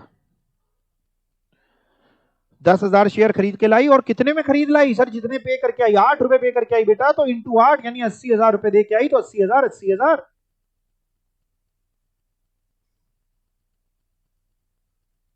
सिर्फ देखते जाइएगा ध्यान से, नोट करने के चक्कर में मत पड़िए। बचपन से नोट कर कर करके आप लोगों ने कबाड़ी वालों को कॉपी भेज दी, वो अमीर बन गए हैं, कुछ दिमाग में छपा नहीं, कॉपी में छप के रह गया। पहले देख लीजिए, आप टेंशन क्यों ले रहे हैं? आप नोट करने के लिए कहेंगे मैं टाइम दूंगा, मैं कहीं नहीं जा रहा, लेकिन पहले एक बार समझ लें। सिर्फ नोट करने से कुछ नहीं होगा, नोटेड तो ऑलरेडी है बुक में सब कुछ, समझो। तो हम 80,000 रुपए में शेयर खरीद लाए, 8 रुपए में खरीद लाए, तो पहली एंट्री हमेशा अगर 10 से खरीदे तो 10 रुपए से होगी, 15 में खरीद लाए तो 15 से, 8 में खरीद लाए तो 8 से। अब हम इसको कैंसिल करेंगे, दूसरी एंट्री कैंसिल जब करेंगे सर तो क्या करेंगे? कैंसिल में ध्यान से देखना, हम इक्विटी शेयर कैपिटल, दूसरे पेन से लिख दे रहे हैं दूसरे कलर से, ठीक है, दूसरी एंट्री क्या करेंगे कैंसिल करने की? Equity share capital account debit करेंगे। सर लेकिन ये तो नॉमिनल वैल्यू से आपने कहा डेबिट होता है। हाँ बेटा, अभी भी मैं यही कह रहा हूं, 10,000 शेयर है और 10 की नॉमिनल वैल्यू, तो इंटू तो 10 ही होगा, 1 लाख। सर टू क्या करेंगे? टू इक्विटी शेयर होल्डर करेंगे। कितने से करेंगे? जितना ऊपर आपने डेबिट किया था। कितना डेबिट किया था सर? 80,000, तो 80,000 से क्रेडिट। सर एंट्री तो बैलेंस नहीं हुई, एंट्री बैलेंस हुई क्या? नहीं हुई। कितने रुपए की डिफरेंस है? 20,000। कंपनी का फायदा है कि नुकसान है? 100 में आना चाहिए आंसर। कंपनी का 20,000 का फायदा है कि नुकसान है? फायदा है ना भाई। 1 लाख की चीज कंपनी 80,000 में खरीद लाई, 20,000 का फायदा है ना। रोज रोज होता है, रेवेन्यू नेचर का फायदा है कि कैपिटल नेचर का फायदा है? कैपिटल नेचर का फायदा है, इसलिए इसको हम ट्रांसफर कर देंगे, अगर ऐसा फायदा होगा तो टू कैपिटल रिजर्व 20,000 रुपए। मतलब सर अगर लॉस हुआ था तो हम राइट ऑफ कर रहे थे जो भी हमारे पास पहले से प्रीमियम का पैसा पड़ा था उसको यूज करके, या जनरल रिजर्व को यूज करके, या पीएनएल को यूज करके। और अगर फायदा हुआ तो हमारे लिए तो एक नया रिजर्व हमने बना लिया, जिसका नाम हमने क्या दे दिया? Capital reserve. हमेशा याद रखना, इस दुनिया में जब भी रिजर्व क्रिएट होता है, मेरी इन बातों को समझो, तो बचपन के जो आपके ना कॉन्सेप्ट क्लियर नहीं है, क्योंकि कभी किसी ने किया ही नहीं, वो क्लियर हो जाएंगे। जब भी रिजर्व क्रिएट होता है तो रिजर्व के बैलेंसेस क्रेडिट किए जाते हैं। जब भी कोई रिजर्व हम बनाते हैं तो वो क्रेडिट होता है, और जब उसको यूज करते हैं किसी लॉस को राइट ऑफ करने के लिए तो उसको डेबिट करते हैं। तो यहां पे आपने जो सेकेंड एंट्री करी, इसमें आपने एक नया रिजर्व बनाया कि पहले से बने हुए को यूज किया, पहले से बने हुए को यूज किया, क्योंकि एक नुकसान था उसकी भरपाई करने के लिए, उसको राइट ऑफ करने के लिए हमने यूज किया। और दूसरे केस में, मतलब ये जो तीसरा केस है जहां प्रॉफिट हुआ, यहां पे हमने एक नया रिजर्व को जन्म दिया है, कैपिटल रिजर्व। जनरल रिजर्व में क्यों नहीं डाला सर आपने इसको? क्योंकि भाई ये प्रॉफिट कैपिटल नेचर का है, इसको कैपिटल रिजर्व में डाला जाएगा, रूटीन नेचर का थोड़ी ना है कि जनरल रिजर्व में जाएगा। इतनी बात समझ में आई? एक बार और रिवाइज करते हैं और फिर आपके डाउट भी ले लेंगे और नोट करने का मौका भी आपको देंगे। एक बार और रिवाइज करते हैं। 3 केसेस क्या सिखा दिए मैंने? पहला केस मैंने आपको सिखा दिया कि हम शेयर खरीद रहे हैं और 1 लाख रुपए, मतलब 10 रुपए का शेयर 10 पे ही खरीद रहे हैं, तो equity share holder to bank 10 रुपए एक शेयर बोल रहा हूं, into number of share buyback तो कर ही लेंगे। दूसरी एंट्री equity share capital, nominal value से मान लिया हमने 10, टू इक्विटी शेयर कैपिटल हो गया पहला डेबिट 10 रुपए से, टू इक्विटी शेयर होल्डर 10 रुपए से। दूसरा केस, हमने 10 रुपए का शेयर 15 में खरीदा, तो equity share holder to bank 15, फिर कैंसिल करने के लिए इक्विटी शेयर कैपिटल 10 से डेबिट किया। 5 रुपए के लॉस को या तो सिक्योरिटी प्रीमियम से डेबिट करेंगे, या जनरल रिजर्व से, या पीएनएल से, जो भी क्वेश्चन बोलेगा हम वो कर लेंगे। टू इक्विटी शेयर होल्डर कर दिया 15 रुपए। और तीसरा केस, हमने 10 रुपए का शेयर 8 में खरीद लाया, तो equity share holder to bank 8, और फिर इसको कैंसिल किया, equity share capital 10, to equity share holder 8, to capital reserve 2 रुपए। 2 रुपए इंटू नंबर ऑफ शेयर 10,000 यानी 20,000 रुपए। ठीक, अब हम आपके डाउट ले लेते हैं जी। पूछिए भाई साहब। हाँ, पहले आप पूछिए सबसे पीछे। हाँ, फिर से बोलो बेटा। हाँ हाँ, नहीं, इन्वेस्टमेंट वाली एंट्री जो हम लोगों ने करी उससे इसका कोई रिलेशन नहीं है दूर दूर तक। वो पहली एंट्री और दूसरी एंट्री केवल इसलिए करी कि पैसों का इंतजाम हो जाए। पहली और दूसरी एंट्री इसलिए हुई कि पैसों का इंतजाम हो जाए। जैसे मान लो कोई अपनी बिटिया की शादी कर रहा है, वो देसी भाषा में समझना साहब, है ना, और उसको पैसे की जरूरत है, तो या तो उसके पास पैसे पड़े होंगे, या तो कोई सांसद अंसद होगा, अभी नहीं वो एक रेट पड़ी 300 करोड़ रुपए मिले, कितने मिले, या तो पैसे पड़े होंगे, और या तो पैसे नहीं पड़े होंगे, कहीं इन्वेस्टेड होंगे, तो हो सकता है उसके पास जमीन पड़ी, जमीन बेच के पैसा लाएगा, बैंक में एफडी करा दी, एफडी तुड़वा के पैसा लाएगा। कंपनी है, अब कंपनी डिबेंचर से भी पैसा ला सकती। तो पहली और दूसरी एंट्री पैसों का इंतजाम हो रहा है, तीसरी एंट्री में शादी हो रही है, पैसा आ गया, अब हमने क्या किया, शेयर बायबैक के लिए। ये एग्जाम्पल ना कोट करके आना आप एग्जाम में, वो समझ ना पाएगा, ये मेरे बनाए हुए मेरी मनगढ़ंत कहानियां हैं आपको समझाने के लिए। क्लियर? जिस लेवल से बच्चे को समझ में आए वो समझाना चाहिए। तो पहली और दूसरी एंट्री का इस तीसरी और चौथी एंट्री से कोई लेना देना है ही नहीं दूर तक। ठीक है, अब आप नोट करिए। और अभी ना आप भी डाउट पूछ रहे थे ना, पूछिए।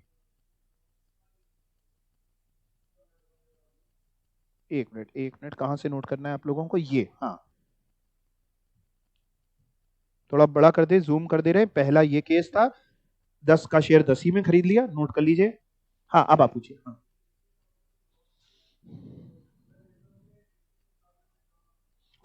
अच्छा, बहुत बढ़िया क्वेश्चन है। कह रहे हैं जैसे सर ये जो लॉस वाला केस था कि 10 रुपए का शेयर 15 में खरीदा, जो इस समय यहाँ दिख रहा है, तो 5 का जो नुकसान था, यानी 10,000 शेयर खरीदे, 5 रुपए पर शेयर का नुकसान था, 50,000 का नुकसान था, तो हमने रिजर्व डेबिट कर दिया। अगर रिजर्व में पहले से हमारे पास पैसे कम है तो क्वेश्चन कुछ ना कुछ बताएगा। ऐसा क्वेश्चन नहीं फ्रेम होगा कि रिजर्व में पहले से पैसे कम है, कुछ ना कुछ तो होगा, जनरल रिजर्व होगा, सिक्योरिटी में कुछ ना कुछ होगा।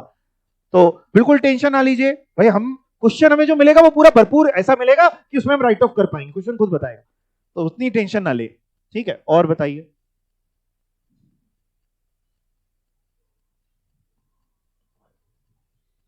तो पहली एंट्री क्या हुई, शेयर जब खरीद के लाए तो equity share holder to bank, कितने से हुई, जितने रुपए दे के आए, 10 दे के आए तो 10, 15 दे के आए तो 15, 8 दे के आए तो 8। फिर लाने के बाद आपने फटाफट उसको कैंसिल करने की एंट्री पास करी। जब भी कैंसिल होगा तो इक्विटी शेयर कैपिटल डेबिट होगी नॉमिनल वैल्यू से, तो इक्विटी शेयर होल्डर होगा जितना अमाउंट पे किया, और जो भी बैलेंस बचेगा, अगर आपका प्रॉफिट है यानी क्रेडिट साइड में बच रहा है तो टू कैपिटल रिजर्व लिखना, और अगर डेबिट में बच रहा है यानी लॉस है, तो जैसे राइट ऑफ करने के लिए क्वेश्चन बोले सिक्योरिटी प्रीमियम बोले, सिक्योरिटी प्रीमियम अकाउंट डेबिट करके राइट ऑफ कर देना, जनरल रिजर्व बोले तो वो डेबिट कर देना, पीएनएल बोले तो वो डेबिट कर देना।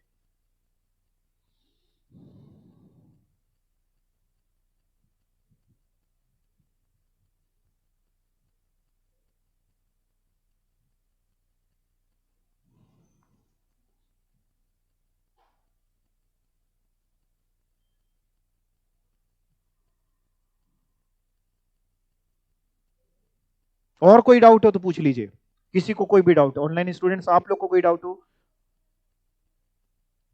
नरेशन, नरेशन क्या लिखेंगे, चलो पहली एंट्री जो हमने करी है, equity share holder to bank being amount paid for buyback, दूसरी एंट्री बीइंग शेयर्स कैंसिल, बात खत्म।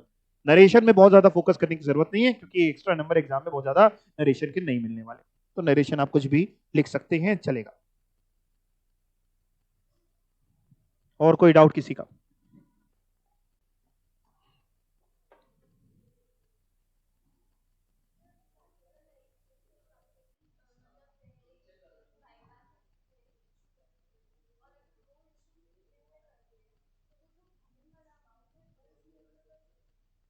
हाँ,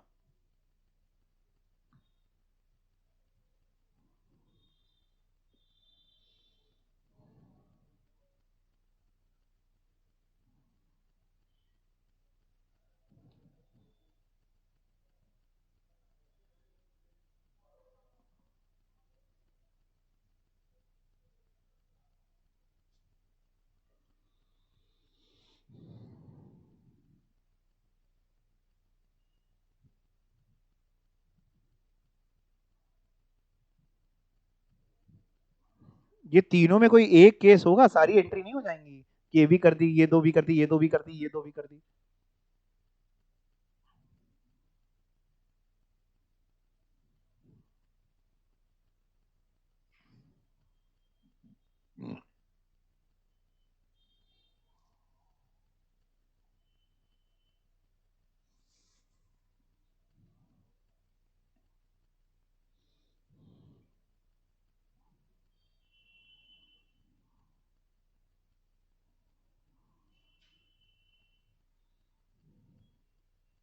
अभी तक आप देखिए हम लोग ने वो जो इक्वेशन लिखी थी उसको अभी चेक किया ही नहीं है।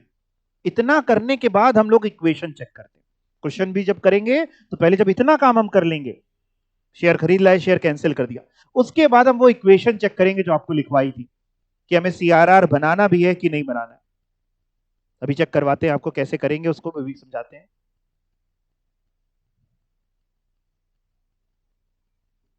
नोट कर लिया है क्या? अब वो इक्वेशन पे चले। इतना जब हम कर लेंगे तब हम लोग क्या करेंगे, क्वेश्चन में ये जो इक्वेशन आपको लिखवाई है ये चेक करेंगे। Nominal value of shares to be buyback is equal to transfer from free reserve or security premium to CRR plus nominal value of fresh issue of shares or debenture। अब सुनिए सुनिए सुनिए, जब इतना कर लेंगे तो हमको ये पता चल चुका होगा अभी तक कि कितनी नॉमिनल वैल्यू के शेयर्स हम बाईबैक कर रहे हैं, तो क्वेश्चन बोलेगा ही कितनी नॉमिनल वैल्यू के शेयर्स बाईबैक कर रहे हैं, क्वेश्चन बोलेगा। और ये भी बता चुका होगा कितनी नॉमिनल वैल्यू का फ्रेश इशू हुआ। भाई सेकंड एंट्री तो वही करी थी, पहली एंट्री इन्वेस्टमेंट बेचने की थी, दूसरी डिबेंचर्स वगैरह फ्रेश इशू। तो अगर किया होगा तो बता चुका होगा, तो हमको अपने आप पता चल जाएगा कि हमें सीआरआर बनाना है कि नहीं बनाना है, और बनाना है तो कितने से बनाना है। फॉर एग्जांपल अगर क्वेश्चन कह रहा है हमने 1 लाख की नॉमिनल वैल्यू का शेयर बाईबैक किया और आप देख रहे हैं कि फ्रेश इशू भी 1 लाख की नॉमिनल वैल्यू का है, आपको सीआरआर बनाने की कोई एंट्री करने की जरूरत ही नहीं है। दूसरा केस आपने देखा कि भैया इसने 1 लाख की नॉमिनल वैल्यू का शेयर बाईबैक किया और फ्रेश इशू क्वेश्चन ने कराया ही नहीं। वो जो सेकंड एंट्री करी थी ना डिबेंचर इशू की, वो दी ही नहीं, क्वेश्चन में लिखा ही नहीं कहीं पे कि डिबेंचर या कुछ इशू हो रहा है। तो फिर आप क्या करेंगे कि भैया 1 लाख का शेयर्स बाईबैक करें, नॉमिनल वैल्यू के फ्रेश इशू हुआ नहीं है, तो हमें सीआरआर कितना बनाना पड़ेगा, 1 लाख का। सर सीआरआर जब बनेगा तब किससे बनेगा? या तो आप जनरल रिजर्व के पैसे को यूज कर सकते हैं, या पीएनएल को यूज कर सकते हैं, या सिक्योरिटी प्रीमियम को यूज कर सकते हैं और सीआरआर बना सकते हैं। अभी सिखाया, जब भी मेरी तरफ देखो प्लीज, जब भी कोई भी रिजर्व बनाते हैं तो उसको क्रेडिट करते हैं, और जिस रिजर्व को यूज कर रहे होते हैं वो डेबिट करते हैं। एंट्री क्या बनेगी अपने बताओ? अगर जनरल रिजर्व को यूज करके सीआरआर बनाने तो एंट्री बनेगी general reserve account debit to CRR. PNL use कर रहे हैं तो PNL account debit to CRR. Security premium use कर रहे हैं तो security premium account debit to CRR. Again question बताएगा कि किसको यूज करके करना है। हमें बस ये देखना होगा कि हमें कितने का सीआरआर बनाना है, वो नहीं क्वेश्चन बताएगा। तो वो हम कैसे देखेंगे? हम ये इक्वेशन दिमाग में है हमारे, कितनी नॉमिनल वैल्यू का, नॉमिनल वैल्यू बोल रहा हूं, कितनी नॉमिनल वैल्यू के शेयर्स बाईबैक हुए। अब ये क्वेश्चन कराता हूं, कितनी नॉमिनल वैल्यू का फ्रेश इशू हुआ, डिफरेंस निकाल लेंगे।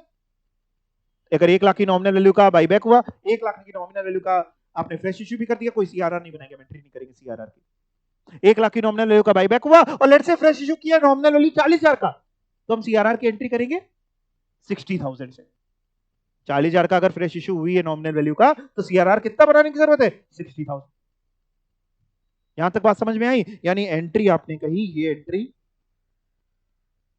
सीआरआर बनाने के लिए, ये जिससे आप सीआरआर बना रहे हैं वो डेबिट। अब जैसे ये फ्री रिजर्व वर्ड यूज हुआ है, तो क्वेश्चन जब करेंगे तो हम फ्री रिजर्व वर्ड यूज नहीं करेंगे। क्वेश्चन कहेगा अगर general reserve, free reserve means वो रिजर्व जिससे हम डिविडेंड बांट सकते हैं, तो या तो जनरल रिजर्व होगा या पीएनएल होगा या डिविडेंड इक्वलाइजेशन रिजर्व होगा, ज्यादातर जनरल रिजर्व या पीएनएल होगा।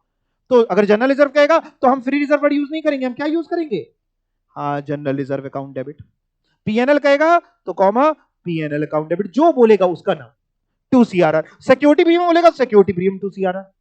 आप समझे? ये जो एंट्री है, ऐसा नहीं कि सब हो जाएगा, जनरल रिजर्व भी डेबिट कर दिया, सिक्योरिटी प्रीमियम भी डेबिट कर दिया, जो चीज को यूज करके सीआरआर बनाना है उससे बना लेंगे। अभी तक कितना किया उसको रिवाइज करते हैं। सबसे पहली एंट्री मैंने आपको सिखाई इन्वेस्टमेंट बेचने की, और ये सब्जेक्ट टू, बार बार बोल रहा हूं, सब्जेक्ट टू क्वेश्चन ने अगर बोला इन्वेस्टमेंट बेचने के लिए, नहीं बोला तो हम एंट्री नहीं करेंगे। तो पहली एंट्री इन्वेस्टमेंट बेचने की, अगर नो प्रॉफिट नो लॉस पे तो बैंक टू इन्वेस्टमेंट, और प्रॉफिट हुआ तो पीएनएल क्रेडिट हो जाएगा, लॉस हुआ तो पीएनएल डेबिट हो जाएगा। दूसरी एंट्री फ्रेश इशू, अगर क्वेश्चन कहेगा तो bank account debit to debentures. अगर क्वेश्चन कहेगा प्रेफरेंस शेयर इशू करें तो bank account debit to preference share. कोई और इक्विटी शेयर इशू करे तो bank account debit to equity share capital जो इशू किया। प्रीमियम पे इशू किया तो bank account debit to debenture to security premium. Preference share premium पे इशू करे तो bank account debit to preference share capital to premium security premium. Right? ये दो एंट्री हमने क्या करा, हमने पैसों का जुगाड़ कर लिया। अब हम निकल पड़े हैं शेयर बाईबैक करने के लिए। कंपनी मार्केट में जाके खड़ी हो गई है, बेचो बेचो अपने शेयर, बेचो बेचो बेचो, 10 का भाव 10 का भाव 10 का भाव। लोग आ रहे हैं कंपनी को शेयर बेच रहे, कंपनी ने उनको पैसा दिया, शेयर छीने वापिस आ गई। जैसे पैसा दिया शेयर छीने, वही एंट्री क्या करी कोने में खड़े होके, equity share holder to bank, जितने रुपए दिए। फिर उसके बाद आके कैंसिल कर रही है। अब कैंसिल करते समय या तो 10 में खरीद के लाई होगी, तो सिंपली क्या कर देगी कैंसिल करते समय, equity share capital to equity share holder. या 15 में खरीद के लाई होगी तो कैंसिल करते समय क्या करेगी ये entry, equity share capital, general reserve या सिक्योरिटी प्रीमियम या PNL to equity share holder. और अगर 8 में खरीद के लाई है तो दूसरी एंट्री क्या होगी, पहली एंट्री तो आई गई सभी को, equity share capital to equity share holder to capital reserve. अब देखो इन्होंने कैसे लिखा है यहां पे, यहां देखो इन्होंने लिखा कि जब सर खरीद के लाए और बाई बैक करने के लिए, तो हमने जितने का खरीदा equity share holder to bank लिखा है ना, with the amount paid. With the amount paid means 1 lakh का खरीदा तो 1 लाख आ जाएगा, 1.5 लाख का खरीदा तो 1.5 लाख आ जाएगा, 80,000 का खरीदा तो 80,000 आ जाएगा। जितने रुपए तुम पे करके आए, ये तीसरी एंट्री तो उसी से होने वाली है। फिर कैंसिल करेंगे। अब कैंसिल में इन्होंने ये 4th और 5th लिखा है, इनमें कुछ एक होगा, दोनों नहीं हो सकते कभी भी। सर क्या लिखा है 4th और 5th में, 4th में लिखा है आप कैंसिल करने जा रहे हैं जो शेयर 10 रुपए का था, आपने 15 में अगर खरीदा, तो 15 में खरीदा तो कैंसिल करेंगे तो क्या करेंगे, equity share capital account debit करेंगे 10 रुपए से, नॉमिनल वैल्यू से, टू इक्विटी शेयर होल्डर 15 रुपए से करेंगे। तो 5 रुपए के नुकसान को कैसे डेबिट करेंगे, या तो फ्री रिजर्व 5 रुपए से डेबिट करेंगे या सिक्योरिटी प्रीमियम। और अगर सर फायदे में खरीद के लाए हैं तो फिर ये वाला केस होगा, 10 रुपए का शेयर 8 में खरीद के लाए तो इक्विटी शेयर कैपिटल तो 10 होगा, तो इक्विटी शेयर होल्डर 8 होगा, तो कैपिटल रिजर्व 2 होगा। एक केस इन्होंने लिखा ही नहीं जो आपने लिखा है, कौन सा, कि 10 का शेयर 10 ही में खरीद लाए, 10 का शेयर 10 की नॉमिनल वैल्यू का शेयर 10 में ही खरीद लाए, तो फिर क्या एंट्री होगी, फिर तो सिंपल इक्विटी शेयर कैपिटल 10 रुपए तो इक्विटी शेयर होल्डर 10 रुपए। आप समझ पा रहे हैं ना, ये चौथी और पांचवी एंट्री में दोनों नहीं होंगी एक क्वेश्चन में, कोई एक होगी। ज्यादातर जो क्वेश्चन बनाए जाते हैं वो लॉस के बनाए जाते हैं कि महंगे खरीद के लाए, यानी ज्यादातर क्वेश्चन में चौथी एंट्री आपको दिखाई देगी, बन ये भी सकता है पांचवा भी, ऐसा नहीं। इतनी बात समझ गए। इसके अलावा अब क्या बचा है, अब आपका कुछ बचा नहीं, मतलब सर मतलब इसके अलावा हो सकता है कि क्वेश्चन कहे कि भैया कंपनी ने बाईबैक किया, बाईबैक करने के लिए कंपनी का कुछ खर्चा हो गया। हमने कहा खर्चा मतलब एक तो वो पैसा जो शेयर होल्डर को देके वो तो दे के आए, उसके अलावा हो सकता है कंपनी ने बाईबैक किया, नोटिस निकाली होगी, एडवर्टीजमेंट निकाला होगा, बाईबैक के खर्चे हो गए, वकील ले आए होंगे, उसकी फीस हो गई। तो मान लो कंपनी क्वेश्चन कह रहा है बाईबैक करने में कंपनी का 5,000 का खर्चा हुआ, तो हम क्या करेंगे, बाईबैक एक्सपेंस अकाउंट डेबिट। भाई नॉमिनल नेचर का खाता होता है, इनकम एक्सपेंस हमेशा नॉमिनल होता है, नॉमिनल का रूल क्या होता है, debit all expenses and losses. तो भैया बाईबैक एक्सपेंसेस, एक्सपेंस है डेबिट होगा, टू क्या गया कंपनी के पास से, बैंक, पैसा गया, तो बाईबैक एक्सपेंस टू बैंक। इधर देखिए 7th एंट्री। और फिर जितने भी नॉमिनल नेचर के खाते होते हैं वो आखिरी में कहां जाके दफन हो जाते हैं, अभी तक तो मैं कई बार आपको समझा चुका हूं ये चीज, कहां पे, पीएनएल में, यानी आखिरी entry PNL to buyback expense. 99% questions में आपको बाईबैक एक्सपेंस दिया ही नहीं होता है, सुनिएगा, 99% क्वेश्चन में बाईबैक का खर्चा नहीं दिया होता, यानी आपके लिए तो मजेदार बात है, आपको 7th और 8th एंट्री नहीं करनी पड़ेगी, दिया होगा तो कर लेंगे, उसमें कौन सी बहुत बड़ी बात, लेकिन ज्यादातर नहीं दिया होता, जितने क्वेश्चन में देखता हूं नहीं दिया होता, 99%, 100 क्वेश्चन में किसी एक में दिया हो तो दिया हो, 99 क्वेश्चन में नहीं दिया होता, तो बढ़िया है। फिर हो गई बाईबैक की एंट्री, हो गई। फिर से एक बार समझते हैं बाईबैक की पूरी एंट्री, एक बार दिमाग में फिर से बैठाते हैं क्या क्या हुआ। एक काम करते हैं, एक फ्रेश पेज खोल लेते हैं, ठीक है, बल्कि आप मेरी तरफ देखिए, हम लोग एंट्री डिस्कस करते हैं, बुक भी क्लोज कर दीजिए थोड़ी देर के लिए, देखते हैं आपके दिमाग में क्या एंट्रीज बैठी कि नहीं बैठी, ठीक है, फिर क्वेश्चन करेंगे तो बड़ा मजा आएगा। सबसे पहले हम चेक कर लेंगे क्वेश्चन में कि क्या इन्वेस्टमेंट वगैरह बेचने के लिए बोला है उसने, अगर बोला है तो इन्वेस्टमेंट बेचने की एंट्री बोलिए, bank account debit to investment. Profit पे बेची है तो क्या क्रेडिट होगा, पीएनएल, और अगर लॉस पे बेची है तो पीएनएल डेबिट होगा। मतलब एंट्री ये बनेगी, अगर प्रॉफिट भी की है तो bank account debit to investment to profit and loss account, loss पे भी की है तो bank account debit profit and loss account debit to investment. दूसरा केस हम चेक कर लेंगे कि कहीं फ्रेश इशू है क्या, अगर फ्रेश इशू है तो एंट्री क्या करेंगे, बैंक अकाउंट डेबिट टू जो चीज का फ्रेश इशू, डिबेंचर तो टू डिबेंचर। अगर प्रीमियम पे फ्रेश इशू है, bank account debit to debenture to security premium. फिर इतना करने के बाद हम बाई बैक करेंगे। बाईबैक में जितना अमाउंट हमने पे किया, अगर 10 पे किया तो 10 से एंट्री होगी अगली, 15 पे किया तो 15 से, 8 पे किया तो 8 into number of share buyback. क्या एंट्री होगी? Equity share holder to bank, 10 10 या 15 15 या 8 8 इंटू नंबर ऑफ शेयर। फिर उसके बाद कैंसिल करेंगे।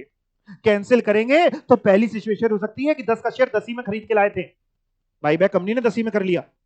Equity share capital to equity share holder 10 10, equity share capital 10 to equity share holder 10। दूसरा केस हो सकता है 15 में खरीद के लाई कंपनी, कैंसिल करने बैठी है, क्या एंट्री होगी? इक्विटी शेयर कैपिटल डेबिट 10 रुपए से और फ्री रिजर्व या सिक्योरिटी प्रीमियम यानी जनरल रिजर्व या पीएनएल या सिक्योरिटी प्रीमियम डेबिट 5 रुपए से टू इक्विटी शेयर होल्डर कितने से? 15 से, जितना पे किया था। तीसरा केस हो सकता है 8 में खरीद के लाई, तो कैंसिल कैसे करेगी, एंट्री क्या होगी? इक्विटी शेयर कैपिटल डेबिट कितने से? 10 रुपए से टू इक्विटी शेयर होल्डर 8 रुपए से, बचा कहां जाएगा? To capital reserve. जब ये कर लोगे तो एक चीज चेक करके आओगे, क्या जो कॉपी में लिखा था, क्या चेक करके आओगे? इक्वेशन। क्या चेक करके आओगे? बोलो मेरे साथ, क्या चेक करके आओगे? बोलो इक्वेशन। क्या चेक करके आओगे? इक्वेशन। ये चेक करने के बाद क्या करोगे? इक्वेशन। क्या चेक करोगे? इक्वेशन। इक्वेशन क्यों चेक कर रहे हैं? ये चेक करने के लिए कि सीआरआर बनाना है कि नहीं बनाना और कितने का बनाना है। और इक्वेशन क्या थी? इक्वेशन रिपीट करो, nominal value of fresh nominal value of shares to be buyback is equal to transfer from free reserve, बोलो मेरे साथ, ट्रांसफर फ्रॉम फ्री रिजर्व और security premium to CRR plus nominal value of fresh issue of shares या debenture. जिसमें आपके पास पहले से क्या चीजें अवेलेबल होंगी, क्या पता चल चुका होगा अभी तक? ये पता चल चुका होगा कितनी नॉमिनल वैल्यू के शेयर्स बायबैक कर रहे हैं, और ये पता चल चुका होगा कि हम फ्रेश इश्यू कर भी रहे हैं कि नहीं, और कर रहे हैं तो कितनी नॉमिनल वैल्यू का। और अपने को पता चल जाएगा कि सीआरआर बनाना है कि नहीं, डिफरेंस पता चल जाएगा कितने का बनाना है। और जब सीआरआर बनाना है तो सीआरआर जो भी रिजर्व बनता है वो क्रेडिट होता है। और सीआरआर किससे बन सकता है? इक्वेशन में ही लिखा हुआ है, ट्रांसफर फ्रॉम फ्री रिजर्व या सिक्योरिटी प्रीमियम टू सीआरआर। यानी अगर फ्री रिजर्व यूज करना है, जनरल रिजर्व यूज करना है तो general reserve to CRR, PNL use करना है तो PNL to CRR, security premium use करना है सिक्योरिटी प्रीमियम टू सीआरआर। उसके बाद मैंने सिखाया कि 100 में से 99% क्वेश्चन में जो दो एंट्री अगली सिखाई वो होती ही नहीं है। कौन सी एंट्री सिखाई? Buyback expense. वो तो आपको क्वेश्चन पढ़ के समझ में आ जाएगा, बाईबैक एक्सपेंस की एंट्री दी होगी तो अपने आप दिमाग में बैठ जाएगी, buyback expense account debit to bank, और फिर इसको राइट ऑफ कर देंगे पीएनएल टू बाईबैक एक्सपेंस। इतनी बात आपके दिमाग में चली गई। अब हम लोग क्वेश्चन करने के लिए तैयार हैं। अब हम लोग एक क्वेश्चन करने जा रहे हैं, आपको मजा आ जाएगी इस क्वेश्चन में। इलस्ट्रेशन 7।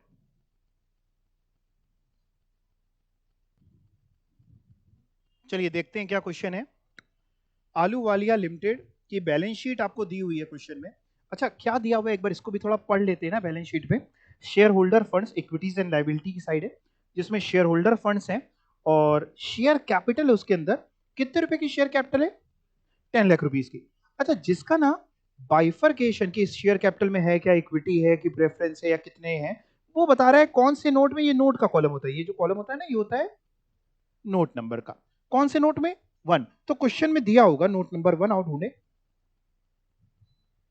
नीचे देखो आपको दिखेगा नोट नंबर 1 दिया हुआ है क्वेश्चन में, जिसमें बता रहा है कि शेयर कैपिटल जो है, authorise share capital, issued, subscribe, called up, ये सब कुछ एक ही है। कितनी? 1 लाख शेयर्स हैं, इतना ही कॉल्ड अप है, और 10 रुपए का एक शेयर है, तो टोटल कितने रुपए हो गए? 10 लाख। ये बाइफरकेशन दिया। वापस ऊपर चलते हैं बैलेंस शीट में, और क्या दिया हुआ है? शेयर कैपिटल के बाद रिजर्व एंड सरप्लस दिया है 7,05,000 का। 7,05,000 में क्या क्या है इसका? नोट नंबर 2 बता रहे। नोट नंबर 2 देखते हैं जरा क्या है। 7,05,000 में रिजर्व एंड सरप्लस में सिक्योरिटी प्रीमियम है 2 लाख का, जनरल रिजर्व है 5,05,000, तो टोटल 7,05,000। ये सब अभी क्वेश्चन चल रहा है, अभी सॉल्यूशन नहीं शुरू हुआ, समझ रहे हैं ना आप? ठीक है। और सर क्या है बैलेंस शीट, और ऊपर देखते हैं बेटा। नॉन करेंट लायबिलिटी में लॉन्ग टर्म बोरोइंग है 4 लाख की, और ये थर्ड नोट जो है ना, ये देखो थोड़ा सही करो इसको, ये इसका नहीं है, ये है लॉन्ग टर्म बोरोइंग का है, नोट नंबर 3। इसमें है क्या, आओ देखें। Note number 3 long term borrowing में क्या है? 14% डिबेंचर्स हैं। 14% मतलब क्या होता है? Rate of interest. अपने को ज्यादा कुछ लेना देना है नहीं इसका, 4 लाख रुपए की, ठीक है। और क्या है सर? और बाकी करंट लाइबिलिटी में ट्रेड पेबल है, जिसको आप क्रेडिटर्स कहते थे ना, उसी को हम लोग ट्रेड पेबल्स बोलते हैं अब, 60,000 के। तो टोटल हो गया लाइबिलिटी साइड का, इक्विटी एंड लाइबिलिटी साइड का 21,65,000। एसेट्स दिए हुए हैं आपको, नॉन करेंट एसेट्स में फिक्स्ड एसेट दिए हैं 13,30,000। अच्छा, इस फिक्स्ड एसेट में, टेंजिबल फिक्स्ड एसेट में क्या क्या है? मशीन है, लैंड है, क्या है इसका? कह रहे हैं नोट नंबर 4 देख लेना। हम देख लेते हैं एक बार नोट नंबर 4 कि इसमें क्या क्या है। टेंजिबल फिक्स्ड एसेट, ये रहा नोट नंबर 4। इसमें लैंड एंड बिल्डिंग है 9,30,000 की, plant and machinery 3,50,000, furniture fitting है 50,000, तो टोटल है 13,30,000। ठीक है, 13,30,000 रुपए का हमारा एक तो टेंजिबल फिक्स एसेट है। और क्या लिखा है? नॉन करंट इन्वेस्टमेंट लिखी हुई है, कितने रुपए की? 1.5 लाख रुपए की इन्वेस्टमेंट है, ठीक है, जिसकी बुक वैल्यू यानी जिसकी कॉस्ट जो है वो 1.5 लाख है, ठीक है सर। और क्या है? और देखते हैं, करंट एसेट्स में इन्वेंट्री है, जिसको आप स्टॉक बोलते हैं, 1 लाख रुपए का। ट्रेड रिसीवेबल, डेटर्स के नाम से भी आप बोलते हैं, 1 लाख का। Cash and cash equivalent 4,85,000। Sir ये कैश एंड तो समझ में आता है, कैश इक्विवेलेंट मतलब, कैश इक्विवेलेंट मतलब कैश का भी और जो बैंक में भी पैसा पड़ा हुआ है, तो मिला करके जो लिक्विड मनी हमारे पास वो है 4,85,000। तो टोटल करंट एसेट है 6,85,000 के। इसका टोटल किया गया तीनों चीजों का, तो ये टोटल आ गया एसेट साइड का। तो अभी तो क्वेश्चन चल रहा है, ठीक है, नोट्स हम लोग ने पढ़ ही लिए। उसके बाद क्वेश्चन आपको बाईबैक के लिए, आप देखिएगा आपको कितना सब कुछ बता देगा, इज्जत के साथ वो सब बता देगा। देखते हैं क्या बता रहा है। कह रहा ऑन 1 अप्रैल 2023, बैलेंस शीट कब की है सर? जब भी डेट आए तो एक बार बैलेंस शीट की भी डेट देख लेते हैं। 31 मार्च 23 की बैलेंस शीट है, जस्ट अगले दिन, ठीक है। 31 मार्च 23 की बैलेंस शीट है। 1 अप्रैल 23 को क्या हुआ सर? देखिएगा, the share holders of the company have approved the scheme of buyback of equity share as under। कह रहा सर बाईबैक की स्कीम अप्रूव हो गई। देखते हैं जरा क्या अप्रूव हुआ। पहला point, 5% of equity shares would be bought back at ₹15। हमारे पास पहले से कितने नंबर ऑफ इक्विटी शेयर थे?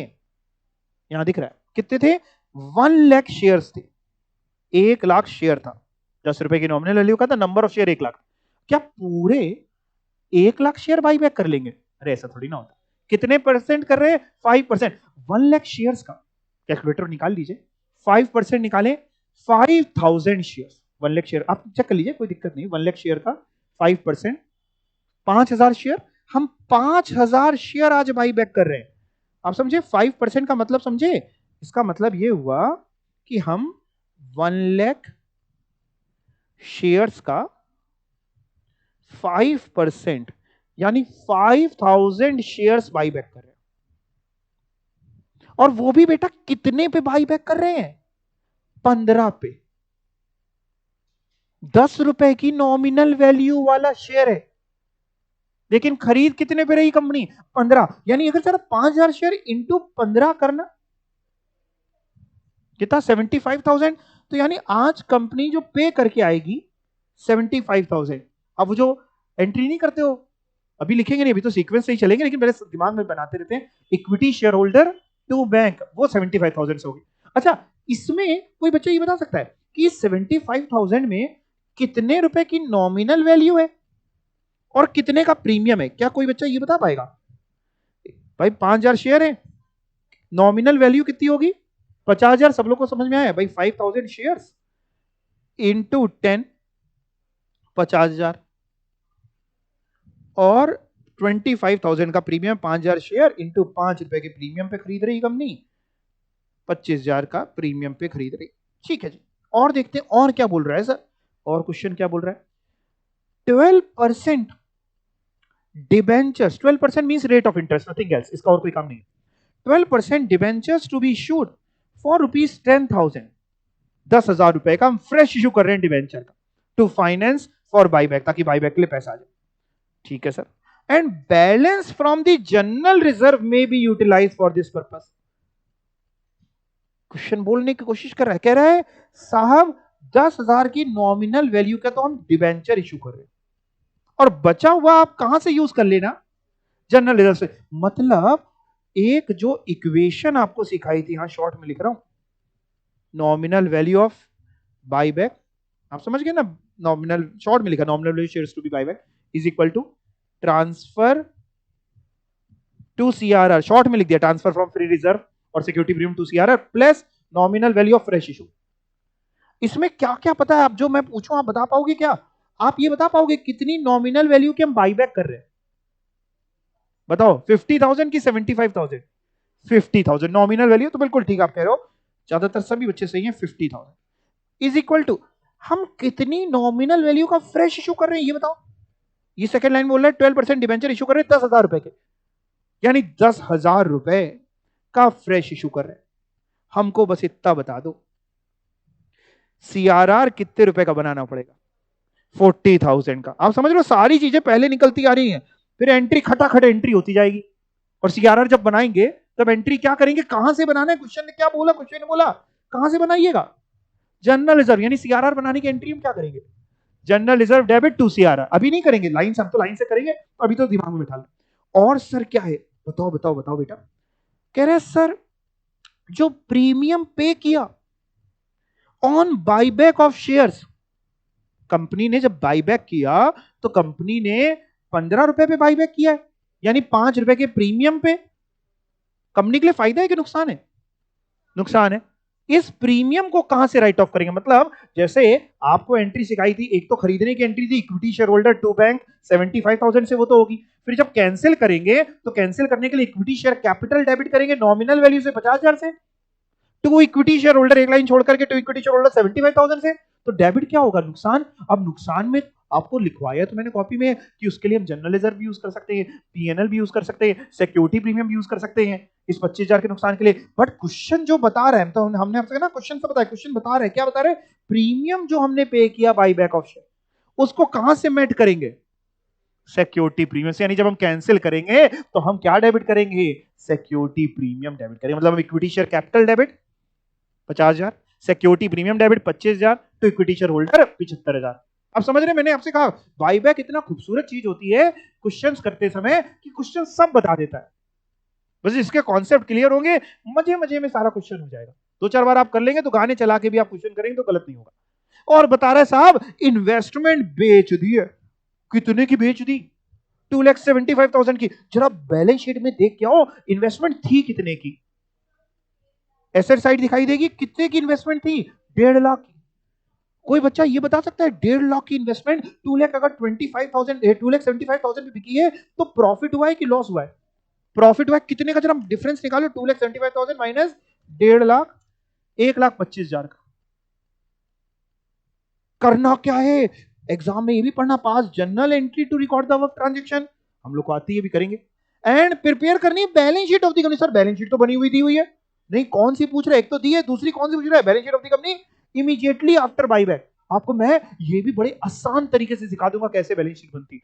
इतना आसान तरीके से आपने सोचा नहीं होगा। लेकिन पहले क्या करें? एंट्री। अब एंट्री कैसे करेंगे? जो सीक्वेंस से हम लोग ने सीखी, तो सबसे पहले दिमाग में रखते हैं हम लोग ने इन्वेस्टमेंट बेचने की एंट्री सीखी। क्या इस क्वेश्चन में इन्वेस्टमेंट बेचने की एंट्री होनी है? होनी है। कॉपी खोलो, मैं बोलता जा रहा हूं, मैं भी कर रहा हूं, चलो आप भी करो। कॉपी खोलो, इन्वेस्टमेंट बेचने की entry, bank account debit to investment, और प्रॉफिट पे बिकी है तो एक चीज और क्या क्रेडिट होगी? To profit and loss. Sir कितने की बिकी बेटा? 2,75,000, जितना पैसा आया वो बैंक अकाउंट में। इन्वेस्टमेंट कितने की बैलेंस शीट में थी? 1.5 लाख की, तो ये 1.5 लाख इसमें, और 2 पीएनएल में आपने डिफरेंस प्रॉफिट 1,25,000। नरेशन तो आप लिखते जाओगे ना, बीइंग इन्वेस्टमेंट सोल्ड, नरेशन अपने आप लिखते जाना। एक लाइन छोटी सी खींच रहा हूं। दूसरी एंट्री, अब बताओ दूसरी एंट्री क्या सीखी थी, काहे की सीखी थी? दिमाग लगाओ। फ्रेश इशू की। फ्रेश इशू इस क्वेश्चन में है। कितने रुपए के डिबेंचर इशू कर रहे हैं? 10,000 के। प्रीमियम पे इशू कर रहे हैं कि पार पे? कुछ बोल नहीं रहा, यानी पारी माने तो, यानी बैंक अकाउंट डेबिट 10,000 टू कितने परसेंट है, वो इज्जत दे देते हैं इसको, टू 12% डिबेंचर। इज्जत मतलब समझे, जैसे आप लोग के नाम के आगे मिस्टर, मिस, मिसेस लगाए जाते हैं ना, वैसे श्री, श्रीमती, वैसे इसकी इज्जत क्या है? ये 12%। तो टू 12% डिबेंचर अकाउंट, कितने? 10,000। नरेशन लिख लोगे, बीइंग डिबेंचर इशूड। इन्होंने आपकी बुक में जो सॉल्यूशन दिया है उसमें एंट्री सीक्वेंस वाइज नहीं करी, गलत करी है। लेकिन आप ये सही करिएगा, हम गलत काम क्यों सिखाएं आपको। ठीक है, अब भैया पैसा आ गया। अब तीसरी चीज क्या सिखाई थी बताओ, बाई बैक कर लो। और बाई बैक, मार्केट में जाओ शेयर खरीद लो, पैसा दे दो। शेयर खरीदोगे, पैसा दोगे, एंट्री क्या करोगे तीसरी, equity share holder account debit to bank.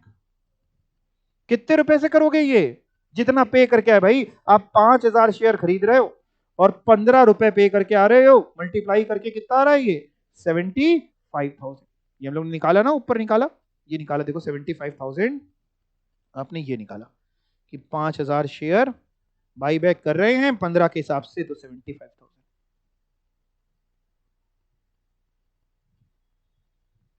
इतनी बात समझ में आई सबको। ये 3 एंट्री। अब चौथी एंट्री सर क्या करें बेटा, इसको कैंसिल करो। अच्छा नरेशन लिख लेना, बीइंग शेयर्स बाई बैक। चौथी एंट्री, इसको कैंसिल करें। कैंसिल कैसे करें सर, कैंसिल कैसे करें, equity share capital account debit. मैंने ईएससी लिखा है, पूरा लिखना, आप ना छोटे में लिखना। आप लिखना equity share capital account debit. Sir कितने से, 5,000 शेयर इंटू नॉमिनल वैल्यू यानी 10, 50,000। सर बेटा बेटा, सर और क्या लिखोगे, ऐसे लिखें, एक लाइन छोड़ के लिख रहे हैं।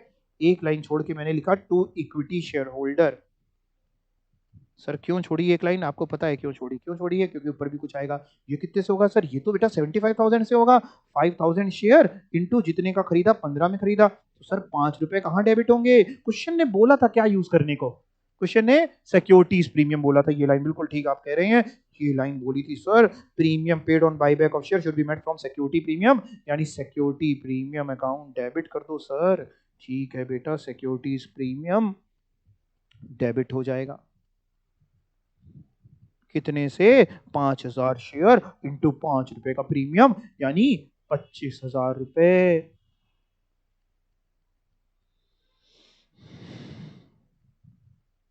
बोलो बेटा बोलो, बात गई पक्का। सर इतना करने के बाद आपने सिखाया था कि कुछ चेक कराना, क्या चीज, इक्वेशन। क्या चेक कराना, इक्वेशन। इक्वेशन से पता चलेगा सीआरआर बनाना है कि नहीं, और बनाना है तो कितना, जो हम लोग ने पहले ही चेक कर लिया। कितना, 40,000 का सीआरआर बनाना है, क्योंकि 50,000 की नॉमिनल वैल्यू का बाई बैक करो, समझे। हमने नॉमिनल पकड़ी है, 75,000 नहीं पकड़ा, नॉमिनल वैल्यू। और कितनी नॉमिनल वैल्यू का फ्रेश इशू कर रहे हो, 10,000, तो 40,000 का सीआरआर। सर सीआरआर बनाए किससे, क्वेश्चन क्या बता रहा था, बैलेंस जनरल रिजर्व यूज करिएगा, तो जनरल रिजर्व टू सीआरआर। अगली एंट्री,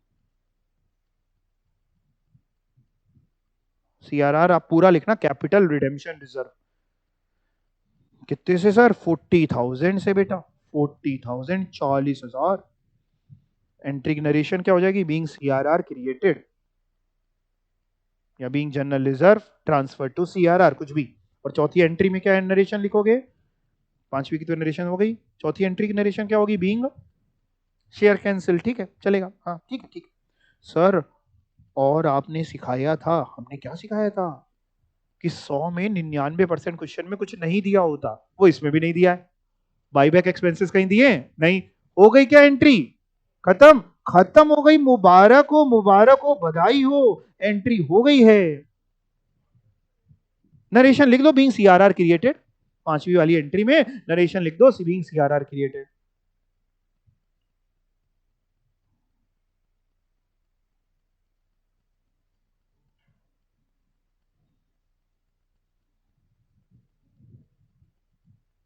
आसान है, बहुत आसान होता है बाईबैक का क्वेश्चन। अगर आ जाए बच्चे को समझ में, कॉन्सेप्ट क्लियर हो जाए, तो कोई दिक्कत की बात है ही नहीं।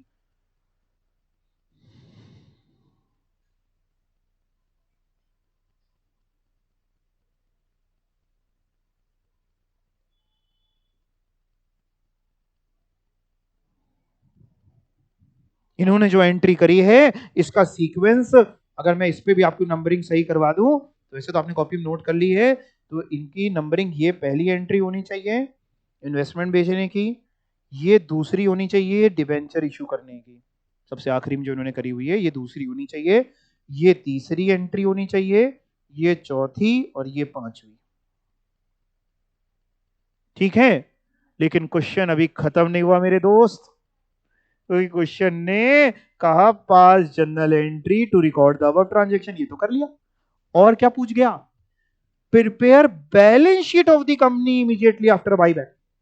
अब मेरी बात सुनो, मेरी बात सुनो, सभी लोग इधर सुनो। हम लोग बैलेंस शीट बनाएंगे, बैलेंस शीट बनाएंगे भी तो नए फॉर्मेट के हिसाब से, कंपनी है तो टी शेप में तो बनानी नहीं है, वर्टिकल फॉर्मेट बनानी है, जिसके लिए मैं आपको बैलेंस शीट के फॉर्मेट्स के भी हम लोग याद करेंगे।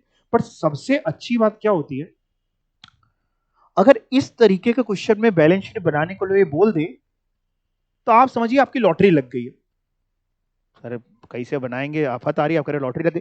लॉटरी इसलिए लग गई है क्योंकि क्वेश्चन ने ऑलरेडी बैलेंस शीट दी है, एक फॉर्मेट तो दे ही दिया क्वेश्चन ने। मैं आपको देखिए बिल्कुल बेसिक्स से चलता हूं कि जहां पे आप एग्जाम में बैठे हो तो आपकी टेंशनें कम हो, आपके दिमाग में भाई सोचने का भी होना चाहिए ना। कई बार रिसोर्सेज होते हैं, हम सोच ही नहीं पाते कि कैसे उसको यूज करना है।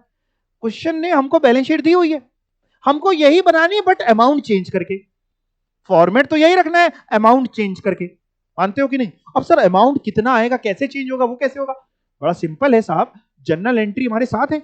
हम जनरल एंट्री की एक एक फिगर को उठाएंगे, कैलकुलेटर उठाएंगे और नया अमाउंट सोच लेंगे। कैसे? जैसे सबसे पहले जनरल एंट्री, भाई फॉर्मेट यही रहेगा। अब नई बैलेंस शीट, बस केवल यहां देखते जाना, देखते जाना। पहले मैं ये काम कर रहा हूं, ये जो मैंने किया था ये हटा दे रहा हूं, ताकि जब नई बैलेंस शीट बनाएंगे तो पहले मैं आपको इसी में सिखाऊंगा, तो आपको समझ में आए कि कम से कम एग्जाम में कैसे बनेगी। क्योंकि मेरा काम केवल ये नहीं कि मैंने बनवा दिया काम खत्म, मेरा काम ये है कि साहब आप एग्जाम में जाएं तो आप बना लें। ठीक है, तो ये मैं थोड़ा सा इसको डिलीट कर रहा हूं। और आप पहली एंट्री बताओ क्या करी है। आपने 5 एंट्री करी है ना, पहली एंट्री क्या करी? Bank account debit to investment, यानी उसमें से एक खाता पकड़ ले, एक एक खाता पकड़ेंगे। सबसे पहले बैंक अकाउंट, बैंक का पहले से जो क्वेश्चन में बैलेंस शीट थी उसमें बैलेंस कितना दिया है? क्वेश्चन में जो बैलेंस शीट है उसमें बैंक का यही है ना, कैश एंड कैश इक्विवेलेंट, यही इसी में बैंक है, इसी में कैश। पहले से 4,85,000 दिया। कैलकुलेटर उठाओ। इतना आसान तरीके से आप सीख जाएंगे कि आपको समझ में नहीं आएगा कि आप सीख गए। ये भी कई बार समझ में नहीं आता कि हम सीख गए। 4,85,000 कैलकुलेटर में लिखो। लिखा 4,85,000, मैं भी लिख ले रहा हूं। पहले से बैलेंस था 4,85,000। अब मैं एंट्री में आ गया, एंट्री, ये पहली एंट्री में बैंक डेबिट हुआ। बैंक डेबिट होने का मतलब पैसा आता है कि जाता है? बैंक अकाउंट डेबिट, कंपनी के पास पैसा आया कि गया? आया ना, इन्वेस्टमेंट बेच के। प्लस करो, प्लस 2,75,000, अभी तक 7,60,000 हुआ। और किसी एंट्री में बैंक आ रहा है क्या? दूसरी एंट्री में भी बैंक आ रहा है, डेबिट हुआ है, यानी आया कि गया? आया। प्लस करो 10,000, बैंक का पूरा बैलेंस निकाल रहे हैं। तीसरी एंट्री में बैंक आ रहा है क्या? आ रहा है, आ रहा है। गया कि आया? गया। कितना गया? 75,000। माइनस करो 75,000, किया। चौथी एंट्री में बैंक आ रहा है क्या? नहीं। पांचवी एंट्री में बैंक आ रहा है क्या? नहीं। बस बैंक का बैलेंस आ गया, कितना? 6,95,000। जब नई बैलेंस शीट बनेगी, मैं इसी में कुछ कुछ कर रहा हूं, आप मत करना। जब नई बैलेंस शीट बनेगी तो बैलेंस शीट में, अरे नाराज हो गए तुम तो, भाग गए, कहां गए?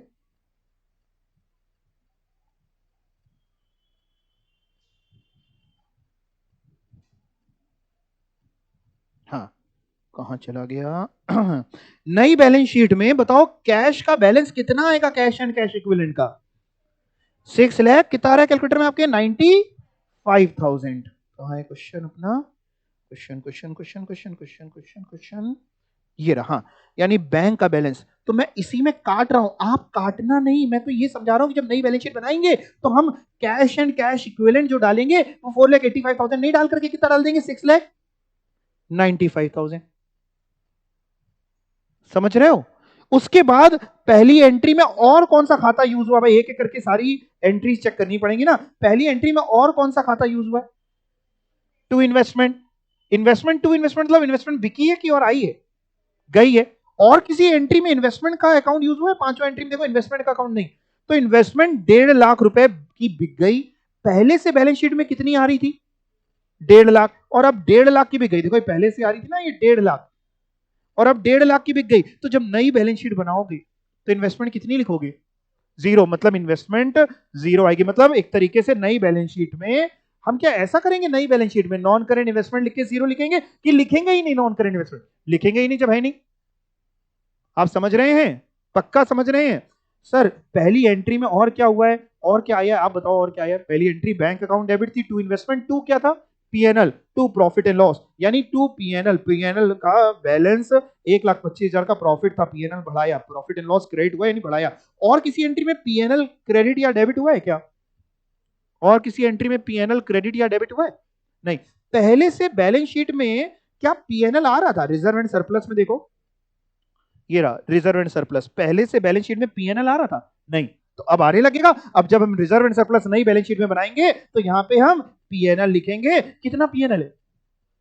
1,25,000।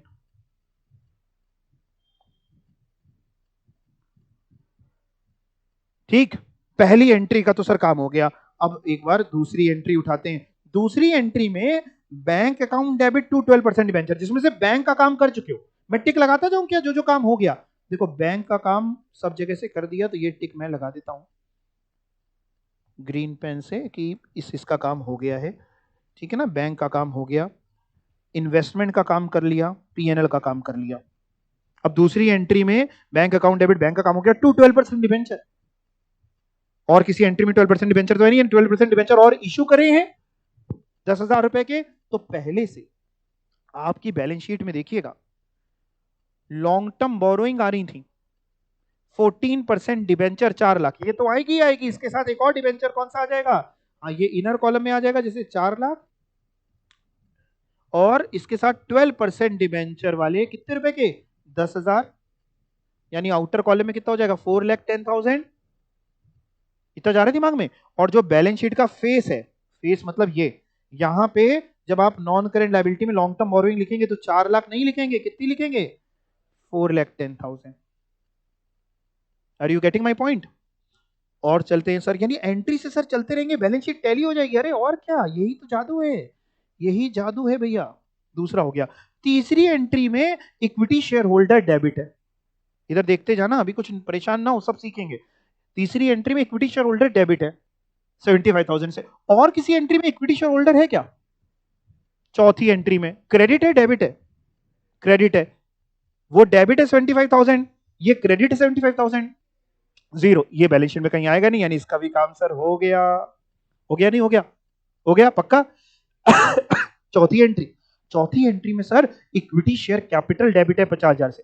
इक्विटी शेयर कैपिटल और कहीं तो आ नहीं रहा है, ठीक है। 50,000 से डेबिट करने मतलब है शेयर कैपिटल बढ़ाया है कि कम किया है? इक्विटी शेयर कैपिटल जब डेबिट होती है, कैंसिल हुई है, बढ़ी है कि कम हुई है? कम हुई है। 5,000 शेयर इंटू 10 रुपए 50,000, यानी पहले से बैलेंस शीट में, जो पुरानी बैलेंस शीट है, क्वेश्चन वाली बैलेंस शीट को मैं पुरानी बोल रहा हूं, पुरानी बैलेंस शीट में आ रहा था 1 लाख शेयर 10 रुपए के, 10 लाख रुपए। हम जो नई बैलेंस शीट बनाएंगे उसमें हम 1 लाख शेयर नहीं लिखेंगे। 5,000 शेयर तो बाईबैक कर लिया कंपनी ने, कैंसिल कर दिया, कितने बचे? 95,000 शेयर 10 रुपए के। और ये 10 लाख नहीं करके कितने लिखेंगे फिर? 9,50,000। ये नोट्स में चेंज किया, और ऊपर फेस में भी यहां पे 10 लाख ना आके कितना आएगा? 9,50,000। गया दिमाग में? और क्या है? और एंट्री में चलो, वापस चलो एंट्री में। शेयर कैपिटल का काम आपने करा दिया। इसके बाद क्या यूज हुआ है? सिक्योरिटी प्रीमियम डेबिट हुआ है। और किसी एंट्री में सिक्योरिटी प्रीमियम नहीं है। सिक्योरिटी प्रीमियम डेबिट करने का मतलब है उसको यूज करा है कि और क्रिएट किया है। कोई भी रिजर्व जब क्रिएट करते हैं तो क्रेडिट होता है, जब यूज करते हैं तो डेबिट होता है, यानी यूज किया। पहले से कितना प्रीमियम आ रहा था? पहले से जो प्रीमियम आ रहा है उसमें 25,000 कम करके आएगा नई बैलेंस शीट में। पहले से कितना सिक्योरिटी प्रीमियम का बैलेंस है? पहले से सर सिक्योरिटी प्रीमियम, पहले से सर ये सिक्योरिटी प्रीमियम सर पहले से 2 लाख है, तो नई बैलेंस शीट में सर 2 लाख तो नहीं आएगा। फिर कितना आएगा बेटा? 2 लाख में 25,000 कम कर दो, 1,75,000। आप समझ पा रहे हैं क्या हो रहा है? थोड़ा थोड़ा जा रहा है दिमाग में। सिक्योरिटी प्रीमियम हो गया, इक्विटी शेयर होल्डर हो चुका था। पांचवी एंट्री में बस एक आखिरी एंट्री, जनरल रिजर्व डेबिट हुआ है 40,000 से, यानी जनरल रिजर्व का जो पहले से बैलेंस आ रहा है उसमें 40,000 कम करके हम नई बैलेंस शीट में दिखाएंगे। और सीआरआर एक क्रिएट किया 40,000, यानी सीआरआर 40,000 का अलग से रिजर्व एंड सरप्लस में क्रिएट किया तो दिखाना पड़ेगा। यानी क्या करें, जनरल रिजर्व पहले तो 40,000 कम करो, पहले से बैलेंस शीट में सर जनरल रिजर्व कितना आ रहा है, कहां है ये रहा, पहले से 5,05,000 आ रहा है, 5,05,000 में 40,000 कम करो, 4,65,000 का आपका ये आ जाएगा जनरल रिजर्व। नई बैलेंस शीट में 4,65,000 का जनरल रिजर्व आ जाएगा। और एक चीज और आ जाएगी यही रिजर्व एंड सरप्लस में, क्या बताओ, सीआरआर। सीआरआर बनाया ना आखिरी entry general reserve to CRR, तो सीआरआर क्रिएट हुआ, रिजर्व में ही तो जाएगा। कितने रुपए का सीआरआर बनाया, 40,000। यानी रिजर्व एंड सरप्लस का जरा टोटल करो इन चारों का, 1,25,000 कैलकुलेटर में टोटल करो, 1,25,000 प्लस 1,75,000 प्लस 4,65,000 प्लस 40,000, 8,05,000। यानी ये टोटल चेंज होकर कितना हो जाएगा, 8,05,000। और ऊपर भी चेंज कर दें, फेस पे भी ये रिजर्व एंड सरप्लस 7,05,000 ना के 8,05,000। इतनी बात समझ गए। अब आपकी नई बैलेंस शीट बस टैली होने वाली है, पांचों एंट्री का हमने इफेक्ट दे दिया है, नई बैलेंस शीट टैली होने वाली है। चलो टोटल करते हैं, आप कैलकुलेटर उठाओ, टोटल करके बताओ कितना आ रहा है। शेयर कैपिटल वही 9,50,000, जितना जितना दिखता जा रहा है टोटल करो, plus reserve and surplus 8,05,000, total तो आप कर ही लोगे, प्लस 4,10,000 लॉन्ग टर्म बोरोइंग। और सर ट्रेड पेबल में कोई चेंज तो आपने किया नहीं है, तो वो पूरी 60,000 पहले भी थी, वो आज भी रहेगी, उसमें कोई चेंज हुआ नहीं, प्लस 60,000 का ट्रेड पेबल। जरा टोटल करके प्लीज बताओ कितना आता है, 22,25,000 सभी का। यानी ये जो टोटल है नई बैलेंस शीट का वो आएगा, यहां लिख रहा हूं मैं 22 लाख, आप वहीं लिखना, मतलब जो नई बनाना, मैं तो यहां लिख दे रहा हूं 222,500,000, यानी 22,25,000। भगवान का नाम लेते हुए, हरे कृष्णा करते हुए एसेट का टोटल करके देखते हैं क्या मैच होता है कि नहीं मैच होता है।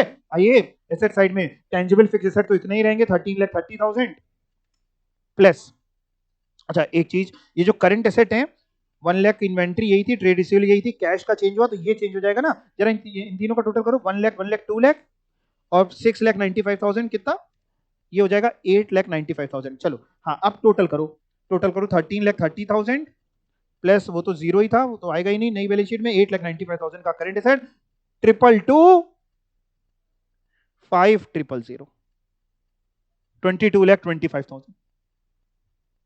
आया कि नहीं आया।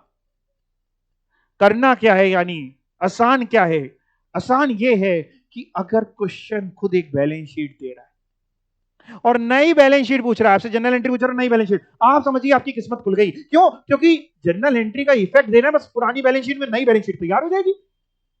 नई बैलेंस शीट कोई आसमान से थोड़ी ना आती है, लेकिन आपको इसके लिए घर पे प्रैक्टिस करनी पड़ेगी। अब घर पे क्या करने वाले हैं आप, घर पे आप पहले नई बैलेंस शीट, पहले तो जनरल एंट्री 3-4 बार 5 बार कर लेना, जब जनरल एंट्री से बिल्कुल कंफर्म हो जाना कि हाँ वो हमको पांचों जनरल एंट्री बिल्कुल आ गई, उसके बाद नई बैलेंस शीट देख देख के बनाना, क्वेश्चन से देखना है ना। अब जैसे मैंने तो काटा है, अब सुनिए, आप जब करेंगे ना तो आप क्या करेंगे, आप बैलेंस शीट ऐसे बनाएंगे, आलू वालिया लिमिटेड बैलेंस शीट जो क्वेश्चन की बनाओगे, मतलब आंसर बनाओगे वो एज एट 31 मार्च 23 ना बनाना, क्या बनाना, 1 अप्रैल 23 और ब्रैकेट में लिख देना आफ्टर बाईबैक, आफ्टर बाईबैक या पोस्ट बाईबैक भी आप लिख सकते हो, ठीक। उसके बाद यही हेडिंग डालना, equities and liability, share holder fund, share capital जिसका नोट नंबर 1। अब आप अपने जो कॉपी में करोगे तो क्या आप ऐसे करोगे 10 लाख को काट के 9.5 लाख, नहीं ना, आप यहां क्वेश्चन देखते जाओगे 10 लाख, एंट्री देखोगे कि भैया अब वो शेयर कैपिटल कितनी हो जाएगी, पहली बार में अटकोगे, देख देख के करना पड़ेगा, दूसरी बार में थोड़ा कॉन्फिडेंस आएगा, तीसरी बार में और कॉन्फिडेंस आएगा, 4 बार में थोड़ा बढ़ेगा, 5वीं बार में आपको फॉर्मेट याद हो जाएगा। फॉर्मेट ऐसे ही तो याद किया जाता है, फॉर्मेट ऐसे थोड़ा ना याद किया जाता है कि आज याद करेंगे फॉर्मेट बैठ के, लिख लिख के प्रैक्टिस करते रहते हैं, याद हो जाता है। हम लोग ने भी तो यही किया जीवन में, जितनी बार आप प्रैक्टिस करेंगे फॉर्मेट दिमाग में बैठ जाता है, ये यहाँ था, ये यहाँ था। पहली दूसरी बार में, तीसरी बार में गलतियां होती है, चौथी बार में गलतियां कम होती है, 5वीं बार में बढ़िया हो जाएगा। 6ठी बार कर लिया तो आप राजा बन जाएंगे। रात के 2 बजे भी आपसे कोई पूछेगा, आप कहेंगे लाओ कॉपी लाओ, क्वेश्चन सॉल्व कर देते हैं। नींद से भी कोई उठा करके अगर आपसे पूछ ले तो भी आप कर ले, यस और नो। अब इस क्वेश्चन को इंपॉर्टेंट मार्क करिए, बहुत ज्यादा संभावना है कि एग्जाम में क्वेश्चन आपके आ सकता है, और आएगा तो अपने साथ मेरे हिसाब से तो 10 नंबर लेके आने चाहिए, नहीं तो 6 तो लेके आएगा ही आएगा, और वो पूरे नंबर आपको मिलने की उम्मीद है यहाँ पे, क्योंकि 100 में केवल 5 ही बच्चा होगा जो क्वेश्चन अटेम्प्ट करेगा, और वो 5 आप होंगे। होंगे? यस और नो? प्रैक्टिस करके आएंगे? क्लियर है? कुछ पूछना है किसी को? क्लियर? चला जाए? चलो ठीक है, बाय बाय।